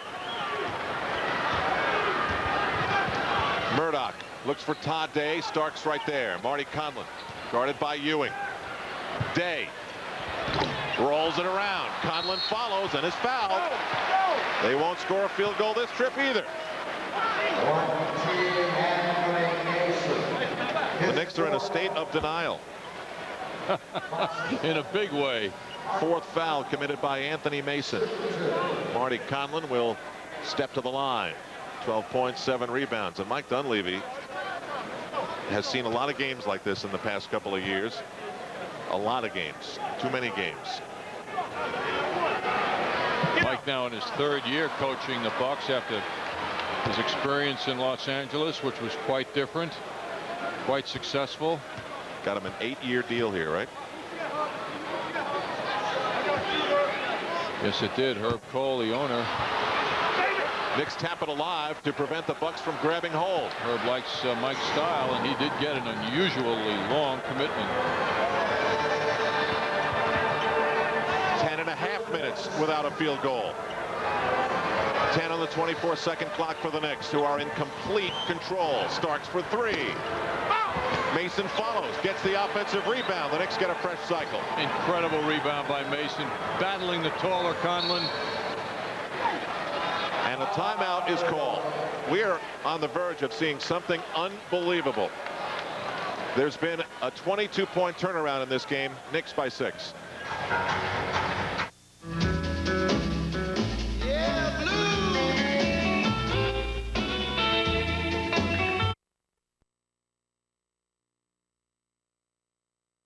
And leading indicators, when in fact a lot of our readers prefer to read about sports. I always wanted to be a sportscaster, but I just couldn't lose this New York accent. The New York Times. Read what you like. It's up, and it's good. All right, a quick stop. We are out of here. At Mobile, we accept more credit and ATM cards than any other station, with no extra cost. Which means we'll take just about any card you might have. What did you do? Or have left. Hi. Hi, how are you? Take this? Sure, no problem. Oh, great. We take almost everything. Would you take a dog? Mobile. How can we help you? The Utah Jazz have won 3 straight games. They lead the Midwest Division of the NBA, and they'll be at Madison Square Garden tomorrow night after being off tonight, waiting for the Knicks. Game night begins our coverage at 7. The Knicks, meanwhile, have won 7 in a row. And Anthony Mason's really gotten the rebounding thing working inside. Well, he had the position, but he was dealing with a taller man with longer arms, and Mason just outfought Conlon. Knicks have outscored the Bucks 36-13 in the last 15 minutes plus. Derek Harper and Patrick Ewing miscommunicate. The Bucks have the ball with 1:38 to go. The last time they scored a hoop was with 37 seconds to go in the 3rd quarter. Conlon looks for Day. Vin Baker tries to get position on Mason. Goes up. Rejected by Ewing. The drought continues. Knicks by 6. Harper pulls it back from Vin Baker. 1:10 to go. 8 on the 24-second clock. Starks. Ewing fakes Robinson, and Mason almost got the offensive rebound. Loose on the floor, still battling for it, and it's still loose. Mason and Conlon. It's 11.5 minutes without a hoop. Great effort by Mason, though. 45 seconds to go. Oh, the drought is over. It's a 3-pointer by Glenn Robinson. 11 minutes and 40 seconds without a basket, and we've got a 3-point game. Harper got away with a push on Murdoch. 30 seconds to go. Starks drives the lane around Robinson. Kicks it out for Ewing. Knicks can't get the rebound. 20 seconds to go. Bucks down 3. Whatever the Knicks do, they can't commit a foul now. Murdoch. High over Ewing. Harper's got it with Mason and Ewing right there. And a whistle blows. The foul is on Eric Murdoch. Eric Murdoch commits a foul with 11 seconds to go. The Milwaukee Bucks went 11.5 minutes without a field goal. And a 20-second timeout has been called. You know, it's so funny. I got the feeling that the Knicks knew about the Bucks not scoring it so long. It was almost as if there was a focus on that. You know, they were taking so long with their shots. And that Glenn Robinson three-pointer dramatically changed the feeling of the game. Knicks in complete control, up 6. Seemed as though they were going to just go on, and then that three-pointer made things very interesting. We could be looking at an NBA record of defense of a team not scoring a field goal, Al. It's been paging through the NBA guide, and I can't come up with such a statistic, but it very well possibly could be. And if it isn't, it's certainly threatening the record, whatever that may be. 11 seconds remaining. Anthony Mason at the line. Fails on the first. Now, he'll definitely want to hit this one. He does not want to give the Bucks a chance to hit the 3 to tie. Finally, some noise here at the Bradley Center. Mason hits it, and a timeout is called. The Knicks have 89. The Bucks have 85. 11 seconds remaining in Wisconsin.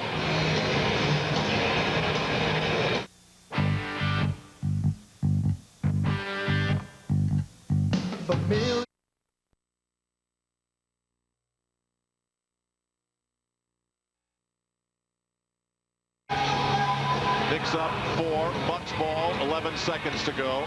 Both teams have 2 timeouts remaining. Actually, the Bucks only have 1. They just took the one that allowed us to go to commercial. So it's 2 for the Knicks, 1 for Milwaukee. Well, Hubert Davis ignited the Knicks certainly in the 4th quarter. We were just computing the Knicks' success with three-point shooting over the last now 4 games, Al, and it adds up to an amazing statistic. 42 for 84. They've taken 84 three-pointers in the last 4 games. Hubert was absolutely amazing, hitting 4 in a row that almost single-handedly got the Knicks back in the game. He scored 9 of the team's 11 points at one stretch early in the 4th quarter, and he gave the Knicks the lead, which they have not yet given up. They're up 4 with 11 seconds to go. And I have memories, John, of so many close games and finishes like this in this city. Knicks concentrating now with the final 11 seconds of not fouling the shooter. Murdoch makes it on Harper. Stolen by Mason. Out for Starks. This will be an appropriate way for the Knicks to end it. 4.2 to go. It is defense, and it is Mason with the steal. It is 91-85. Make it 91-88. And that's it. It's all over at the Bradley Center. The Knicks come from 16 down in the 3rd quarter. And defensively just choke the Milwaukee Bucks. And Pat Riley puts his arm around Hubert Davis as they walk off the court. He stopped and looked for Hubert. Pat usually makes a straight line for the locker room, but he stopped mid-stride and sought out Hubert Davis for that pat on the back. Davis 8 for 13, 5 of 7 from three-point land, 21 points. He and Ewing, the heroes of tonight's game, as the Knicks have now won 8 straight games as they get set to go home and take on the Utah Jazz tomorrow. Our complete post-game wrap-up will be coming up. The Knicks 91, the Bucks 88 on MSG.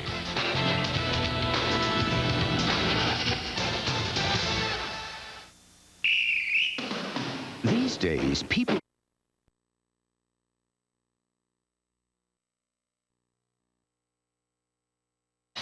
For a teammate you can count on, for a teammate who comes through in the clutch, bank on the Dime Savings Bank of New York. When it comes to mortgages, we're the bank New York sports fans call their own. Dime, the bank you can call your own.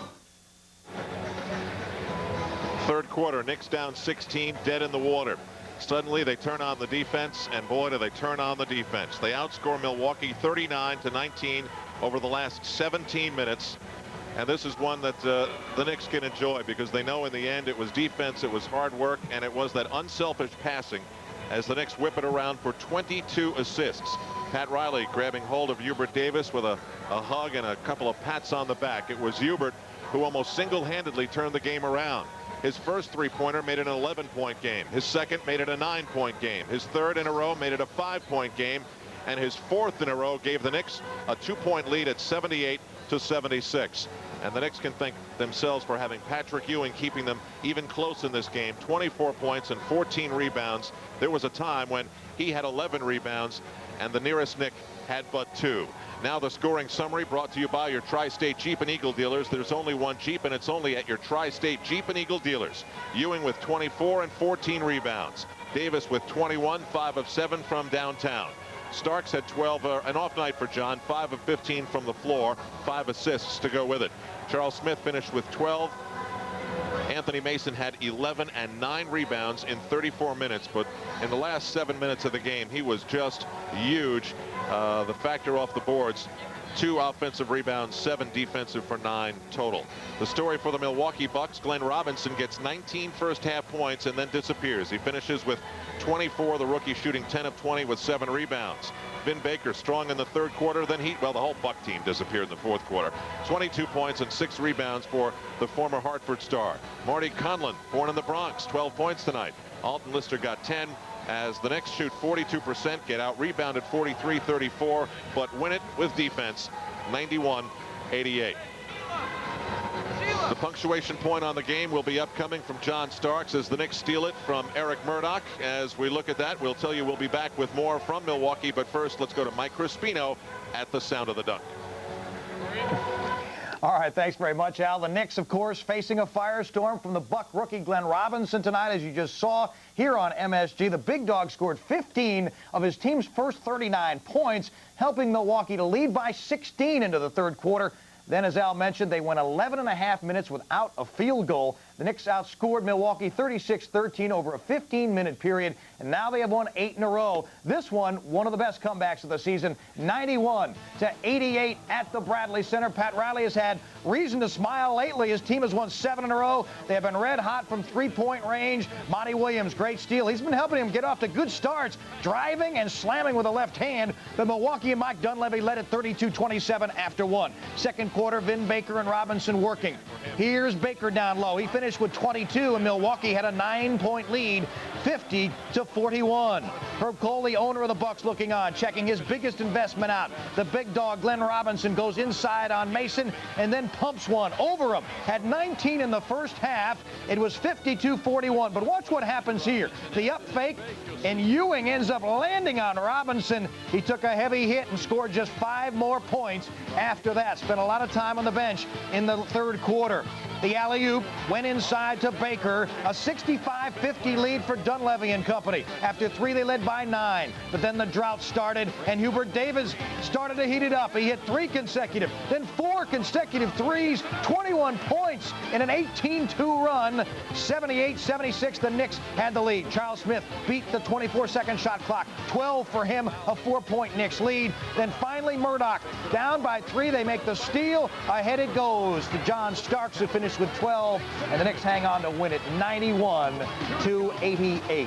We'll be back to Milwaukee for more commentary in just a few moments. Now let's check out the Nets. Tonight, 10 games below 500. They went to Philadelphia against a Sixer team equally pitiful. Finally found a victim. They win it 110-101 tonight. Kenny Anderson had a career-high 40 points tonight for the Nets. Orlando Magic still setting the pace in the Atlantic Division. They went to Atlanta tonight and they defeated the Hawks 101-96.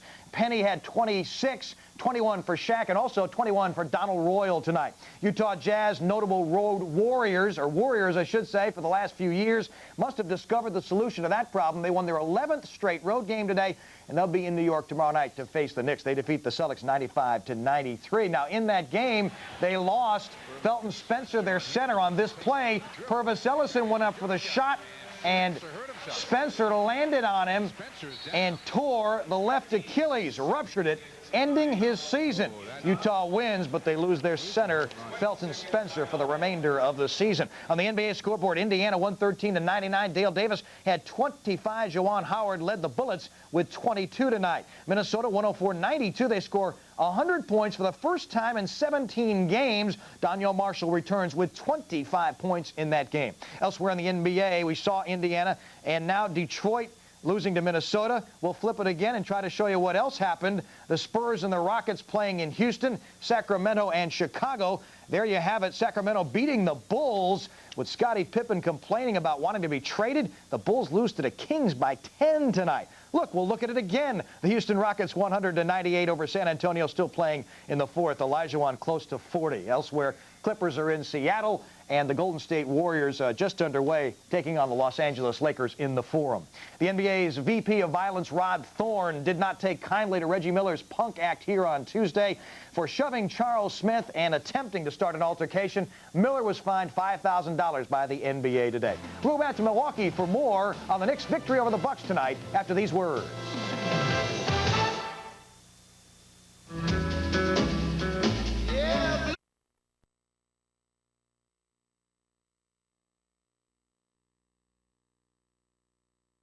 As sometimes things.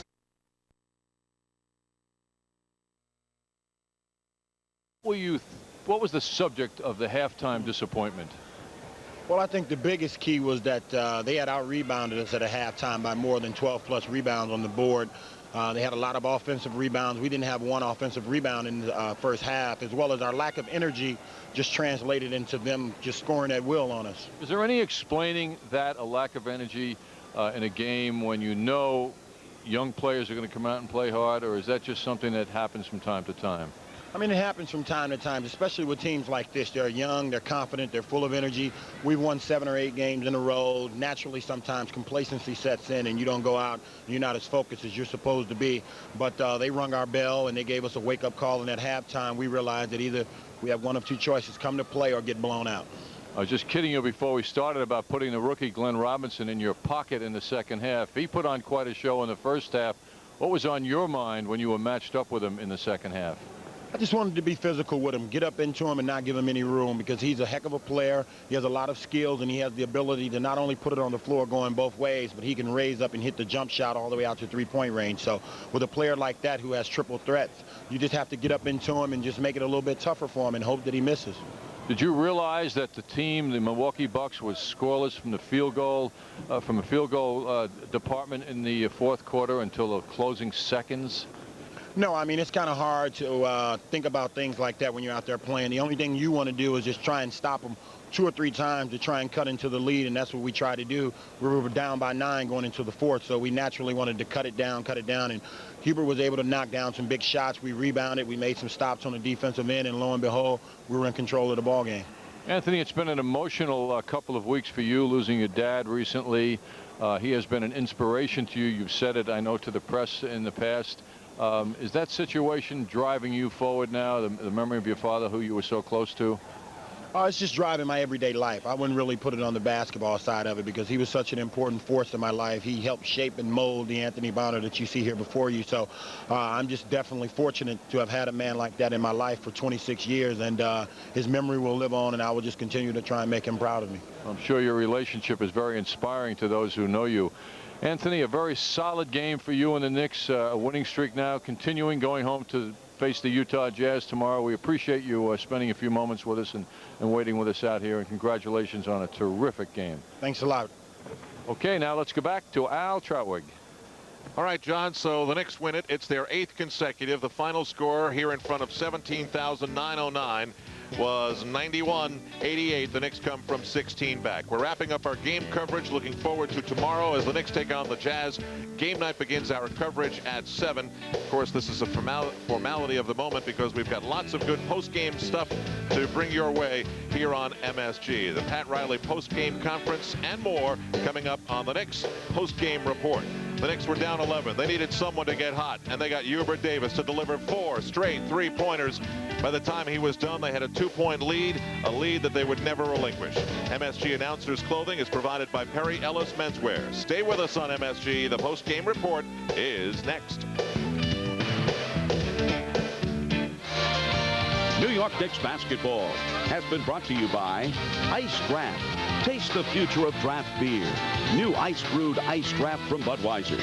By Old Spice High Endurance Deodorant and alcohol-free sensitive aftershave. By AT&T International Business Services. Let AT&T work for you. By the Discover Card. It pays to discover the card that pays you back. And by Nike, who encourages you to participate in the lives of America's youth. The Nickelodeon Family Double Dare live tour is coming to your town with hundreds of ways to have a good, clean, messy time. Hi, your dad, Tad. Get it back, Tad. Slime you.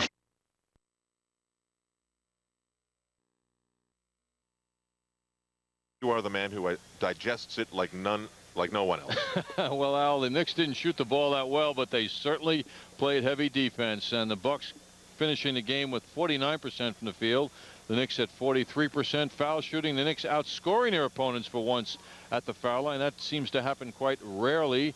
The three-point shooting most dramatic. 8 out of 24 for the Knicks. 5 by Hubert Davis, which incidentally gives him 100, a round number of 100 for his career. The 6th Knick to do that in the history. The Knicks suffering in the rebounding department in the first half, made up for it big time in the second half. And the fourth quarter was the story of the game. Knicks outscoring the Bucks 24-12. It's not often you get outshot and out-rebounded as decisively as the Knicks did, but Pat Riley will take it. Here's how he talked about it. Coach, we're down, I think, by 17, and then made the great comeback. What happened in that? I just, it's an NBA game, and it's 48 minutes. And, we came out in the first quarter, and we just did not defend it. We were... we talked about thinking defense first, rebounding first. They out-rebounded us 11-2 in the period. I mean, they got any shot they want in the first quarter. We're out-rebounded 25-10 at half. We just were not playing the game, thinking defense first. And then it took about 4 or 5 minutes in the second half, and, we got a couple players that really stepped up. Hubert got us back into it, and I think Anthony Mason finished it off. I mean, Mace was picking off boards and getting second shots and saving possessions for us and making timely layups. So, once we got back in the game, you could just see the energy just change. We had a chance to win, and we started to play our best basketball at the end. Does this show great character, tenacity, mental toughness, all those intangibles? Well, we were very frustrated and coming a little bit unglued there for a while. We were 1 for 7, the first 7 possessions of the second half, down 16, and we just kept getting back. Got it to 11, got it to 13, got it to 9, and then Hubert, hit 3 or 4 big shots in a row to get it even, and then, we really got after him after that. You thinking of the streak? I mean, is that something that you guys are preoccupied? No. I think the winning settled in today. I thought we were flat as hell to start the game, and you don't know who or when or what is going to win it for you, but we have to think defense first and rebounding, and we weren't thinking that. We were thinking we were going to hit 11 or 12 more three-point shots like we did in the last 3 wins, and we were missing shots and not hitting the open man, and we were down.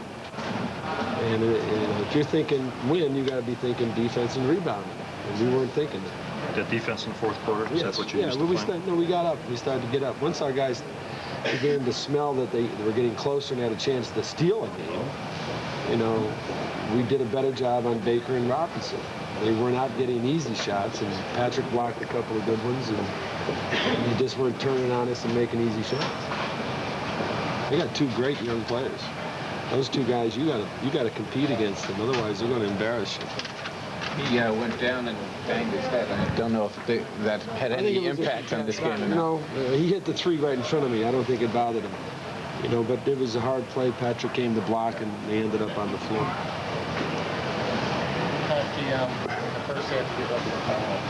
Yeah, no, we were nothing. We were not into the effort part of the game. And the numbers showed that. They could talk all they wanted at halftime about missing shots and offensive execution, but we weren't guarding anybody. We were not getting off our feet. I thought Mace probably in the fourth quarter played a game that he's got to play for us. You can't worry about what's going wrong with the team. He's just got to keep trying to work the game and get possessions and dig them out. And sometimes he gets a little bit frustrated when we're not playing and not shooting the ball. But he did a great job for us. Basically keeping the ball alive along with the rebound. Yeah. Well, he did a great job in the fourth quarter. He was making stops and taking charges and stepping up, but he controlled 4 or 5 great defensive boards, I think, and offensive rebounds that I think really sealed the win. Has this been your most gratifying win during the streak because of the comeback? I don't know. We've won 8 in a row, so we just, coming from behind 17, it didn't look very good. It looked bleak. It didn't look as though we were going to be able to get it turned around, and then we just keep chipping away and good things happen. Did he miss it all in that run? He had 5 threes. I think he had 5 in a row. Yeah. Did he miss one of them? You got to keep him on the floor. You really have to keep him on the floor. You don't, if you give him 5 or 6 minutes, and somehow you got to keep him out there. And if he gets open, the way he's stroking the thing right now, he could miss 2 or 3. He'd have 5 in a row. So he got us back in the game, and then the other guys pretty much sealed it. Coach, even though it's still early, you're looking at Orlando and what they're doing vis-a-vis your club. Look, we had the 6th best record in the conference 2 weeks ago. We're in 4th now. Still got Charlotte and Cleveland ahead of us, so we just want to keep staying in the hunt and keep moving up. Did you figure he was finally tiring when he shot the shorter air ball? No, that was one he probably should not have taken. We called the play for him, but he didn't have the shot, and he should have backed it out and posted up Mace. But when a guy gets it going, you got to let that go. He had a good run in him, and we went back with John. When you see Huber hit 1 or 2 like that, can you sense that he's going to get on a run? They leave him open, he's going to shoot it. We try to run a few things for him. Yeah. Okay? Thanks, Pat. A couple minutes? Yeah. Well, the Bucks, a very young team. You perhaps heard some of the noises they were making in the background during the coaches' conference. Hubert Davis got hot, 5 for 7 from downtown. That's where he lived tonight, scoring 21 to help the Knicks beat Milwaukee. The New York Knicks postgame report is brought to you by Citibank. For banking anytime, anywhere, any way you choose. At Citibank, the city never sleeps.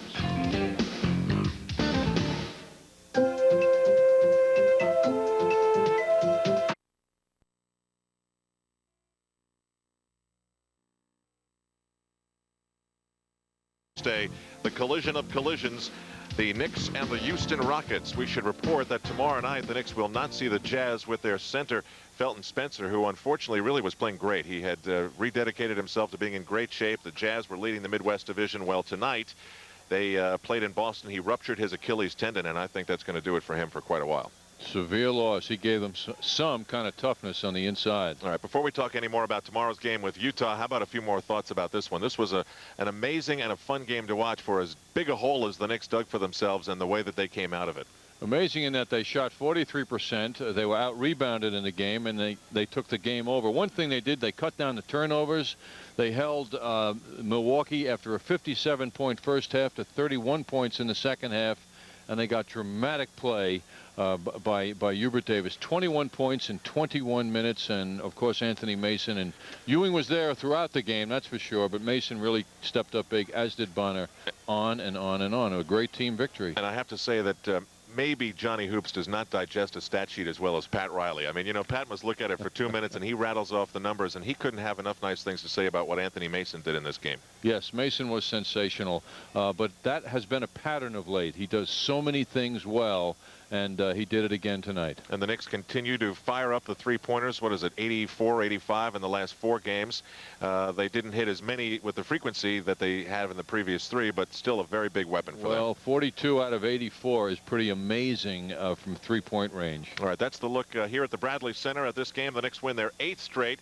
But of course, Sports Desk takes a little bit more of a global view of the world of sports and a preview of what's to come from them from Mike Crispino.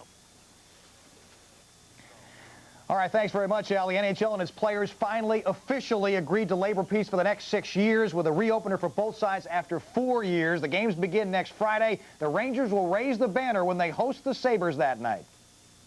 Where the league is going to get in trouble and some of the teams are going to get in trouble is trying to maintain the pace and the intensity for the first 2 or 3 weeks when you're playing 4 or 5 games in a week. So, but after the initial 2 or 3 week grace period there, I think the hockey will be just where it should be, and the 50-game schedule should be exciting.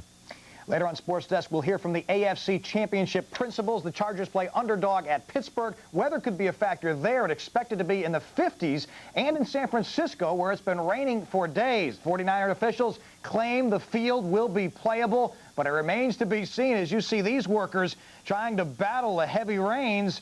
Which team will be affected by that slow track? We'll have the full scoreboard from the NBA. We'll check in on how the Magic did in Atlanta and how the Nets did in Philadelphia tonight. And also, baseball owners set guidelines for signing replacement players, and the Los Angeles Dodgers make a startling announcement about their ticket pricing. All those stories in detail coming up following the Knicks postgame report here on MSG when we return with the MSG Sports Desk.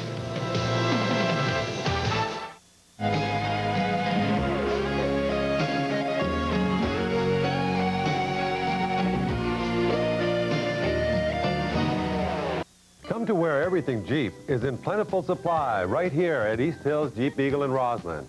Hi, I'm Bob Nystrom for my good friends at East Hills Jeep Eagle in Roslyn. Whether you want to buy or lease the luxurious and practical Jeep Grand Cherokee or the sporty Jeep Wrangler, the car that legends are made of, you're certain to find the best deals anywhere right here at East Hills Jeep Eagle in Roslyn. East Hills Jeep Eagle in Roslyn. Big selection, low prices, and plenty of smiling faces.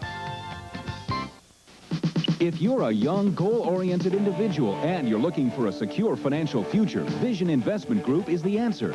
Vision Investment Group is looking for hardworking professionals with the desire to control their financial future. After a 90-day training period, you'll be a top-notch salesman and a fully licensed stockbroker. Last year, the average broker made $128,000. This could be you. Vision Investment Group, the answer to a positive financial future. Call 516-249-2900. New York Institute of Technology, the college where great careers begin. Over 60 majors for undergraduate, graduate, and adult students. Small classes, personal attention, and state-of-the-art technology. 3 convenient locations on Long Island, scenic Old Westbury, and residential campus at Islip, and our Manhattan campus near Lincoln Center. Call 1-800-345-NYIT. That's 1-800-345-NYIT.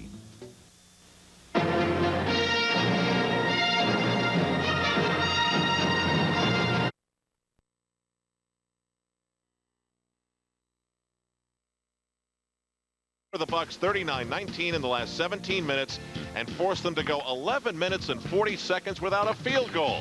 They win their 8th straight, their best run of the season, and tomorrow they'll have another challenge. The Utah Jazz, the top team in the Midwest. In the Garden, game night begins our coverage at 7. Can't be with us on cable? Turn on the radio to The Fan. Coming up next, Mike Crispino and the 15-minute edition of the MSG Sports Desk. NHL reaction to the player ratification.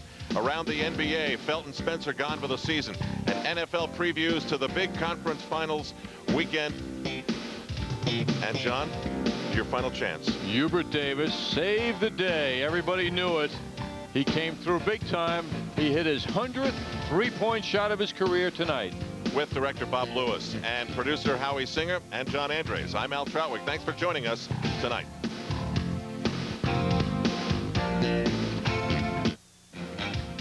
Guests receive the American Express gift check. Think of it as a universal certificate that can be used to buy anything just about anywhere. Gift checks are available where American Express travelers' checks are sold. Guests also receive gifts by Carl Kanai. Inspired by the streets of Brooklyn, Carl Kanai footwear is available at Dr. J's. Recognize the collection that symbolizes unity and power. Carl Kanai. Tonight's guests also receive dinner for 2 at Martini's Restaurant, located at 53rd and 7th Avenue. An Italian trattoria with New York City's largest outdoor cafe. Another fine Reese restaurant. And some of our guests receive a watch from Bulova. Make every minute count with timeless elegance and precision design. the Marine Store collection from Boulevard. I still enjoy going to work in the morning. Nothing like that feeling. It's worth everything. Owning my own business. Your own business. I enjoy.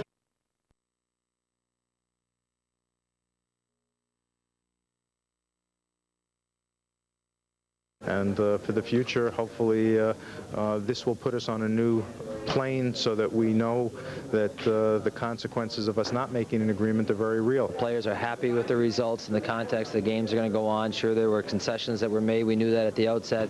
But a lot of key issues, a lot of principles that are there. And the game is in a position to go forward. I think from that basis, the players are pleased and they're ready to get back at it. I hope that there's some pent-up anticipation for what's going to be an exciting season. That may be a little Pollyannish of me. Some people may harbor some bitterness, and we hope they can overcome it because, you know, forgive us, we're going to have some years of good stability ahead of us. Your next question, I suppose, is schedule density, right? Well, officially, the players will play 48 games in the next 104 days. That's an average of one every 2.17 days. Now, the original 84-game schedule was going to be played one game every 2.27 games, so not much difference there. The important thing is to get the game going. We've suffered long enough now as a group, owners and players and fans, so we're excited to get the season going.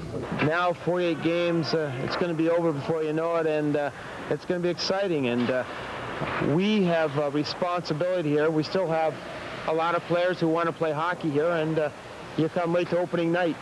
Who do you play?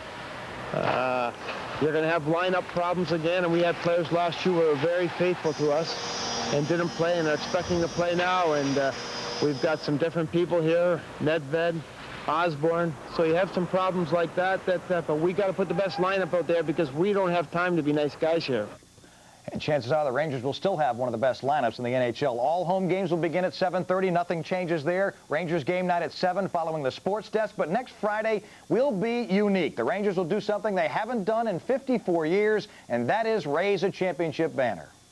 I think a banner being raised is something that's been more focused on because we're in New York and more for Rangers fans. I'm just looking forward to getting the season underway. My guess is it'll be appropriate for me to be there Friday night, and I'll be happy to be there because the Rangers gave hockey fans throughout North America a great thrill last year, and it's always a great occasion to see a banner go up. The best part about winning the Stanley Cup is going through the season the next year as Stanley Cup champions and visiting the cities and going around and being able to hold your head high. And, you know, we're really looking forward to the season. It's, you know, obviously it's not going to be without its ups and downs and challenges, but that's what makes it exciting. One player will not be returning. Brian Mullen, who suffered a stroke 2 years ago, has decided to retire from the Islanders. The Islanders, by the way, will open up their season hosting the Panthers a week from Saturday. The Devils travel to Hartford to face the Whalers a week from Sunday, January 22nd. We'll be back with more from the sports desk after these words. We're in show business. We're having fun. We're ringmasters of one of the greatest circuses of all time. Wow, that's great. California has a very special meaning around the world. It's about freedom. It's about choices. How about a pizza with potato on it? Peking duck. Thai chicken. We have watched where businesses have limited ways in which the customer pays.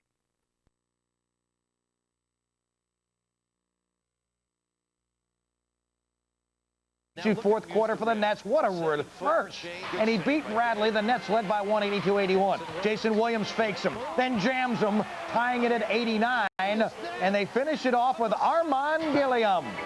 Off the pass from Anderson and D.C. down the lane. He beat Bradley 110-101. The Nets get it done tonight. Orlando by 5. Hardaway with 26, 13, and 6. Utah by 2. They'll be here tomorrow with an 11-game road streak. Indiana by 14. Miller with 31. Dale Davis 25. Daniel Marshall 25 tonight. Minnesota scores 100 for the first time in 17 games. Houston had only 47 from Hakeem Olajuwon. And Olden Polynice scored 25 tonight. Who played center for the Bulls in that one? The Slippers are trailing by 2 to Seattle. The Lakers on top of Golden State. Reggie Miller's punk act seen here on Tuesday at MSG caught the eye of the NBA VP of Violence. Rod Thorne has fined him $5,000 for that.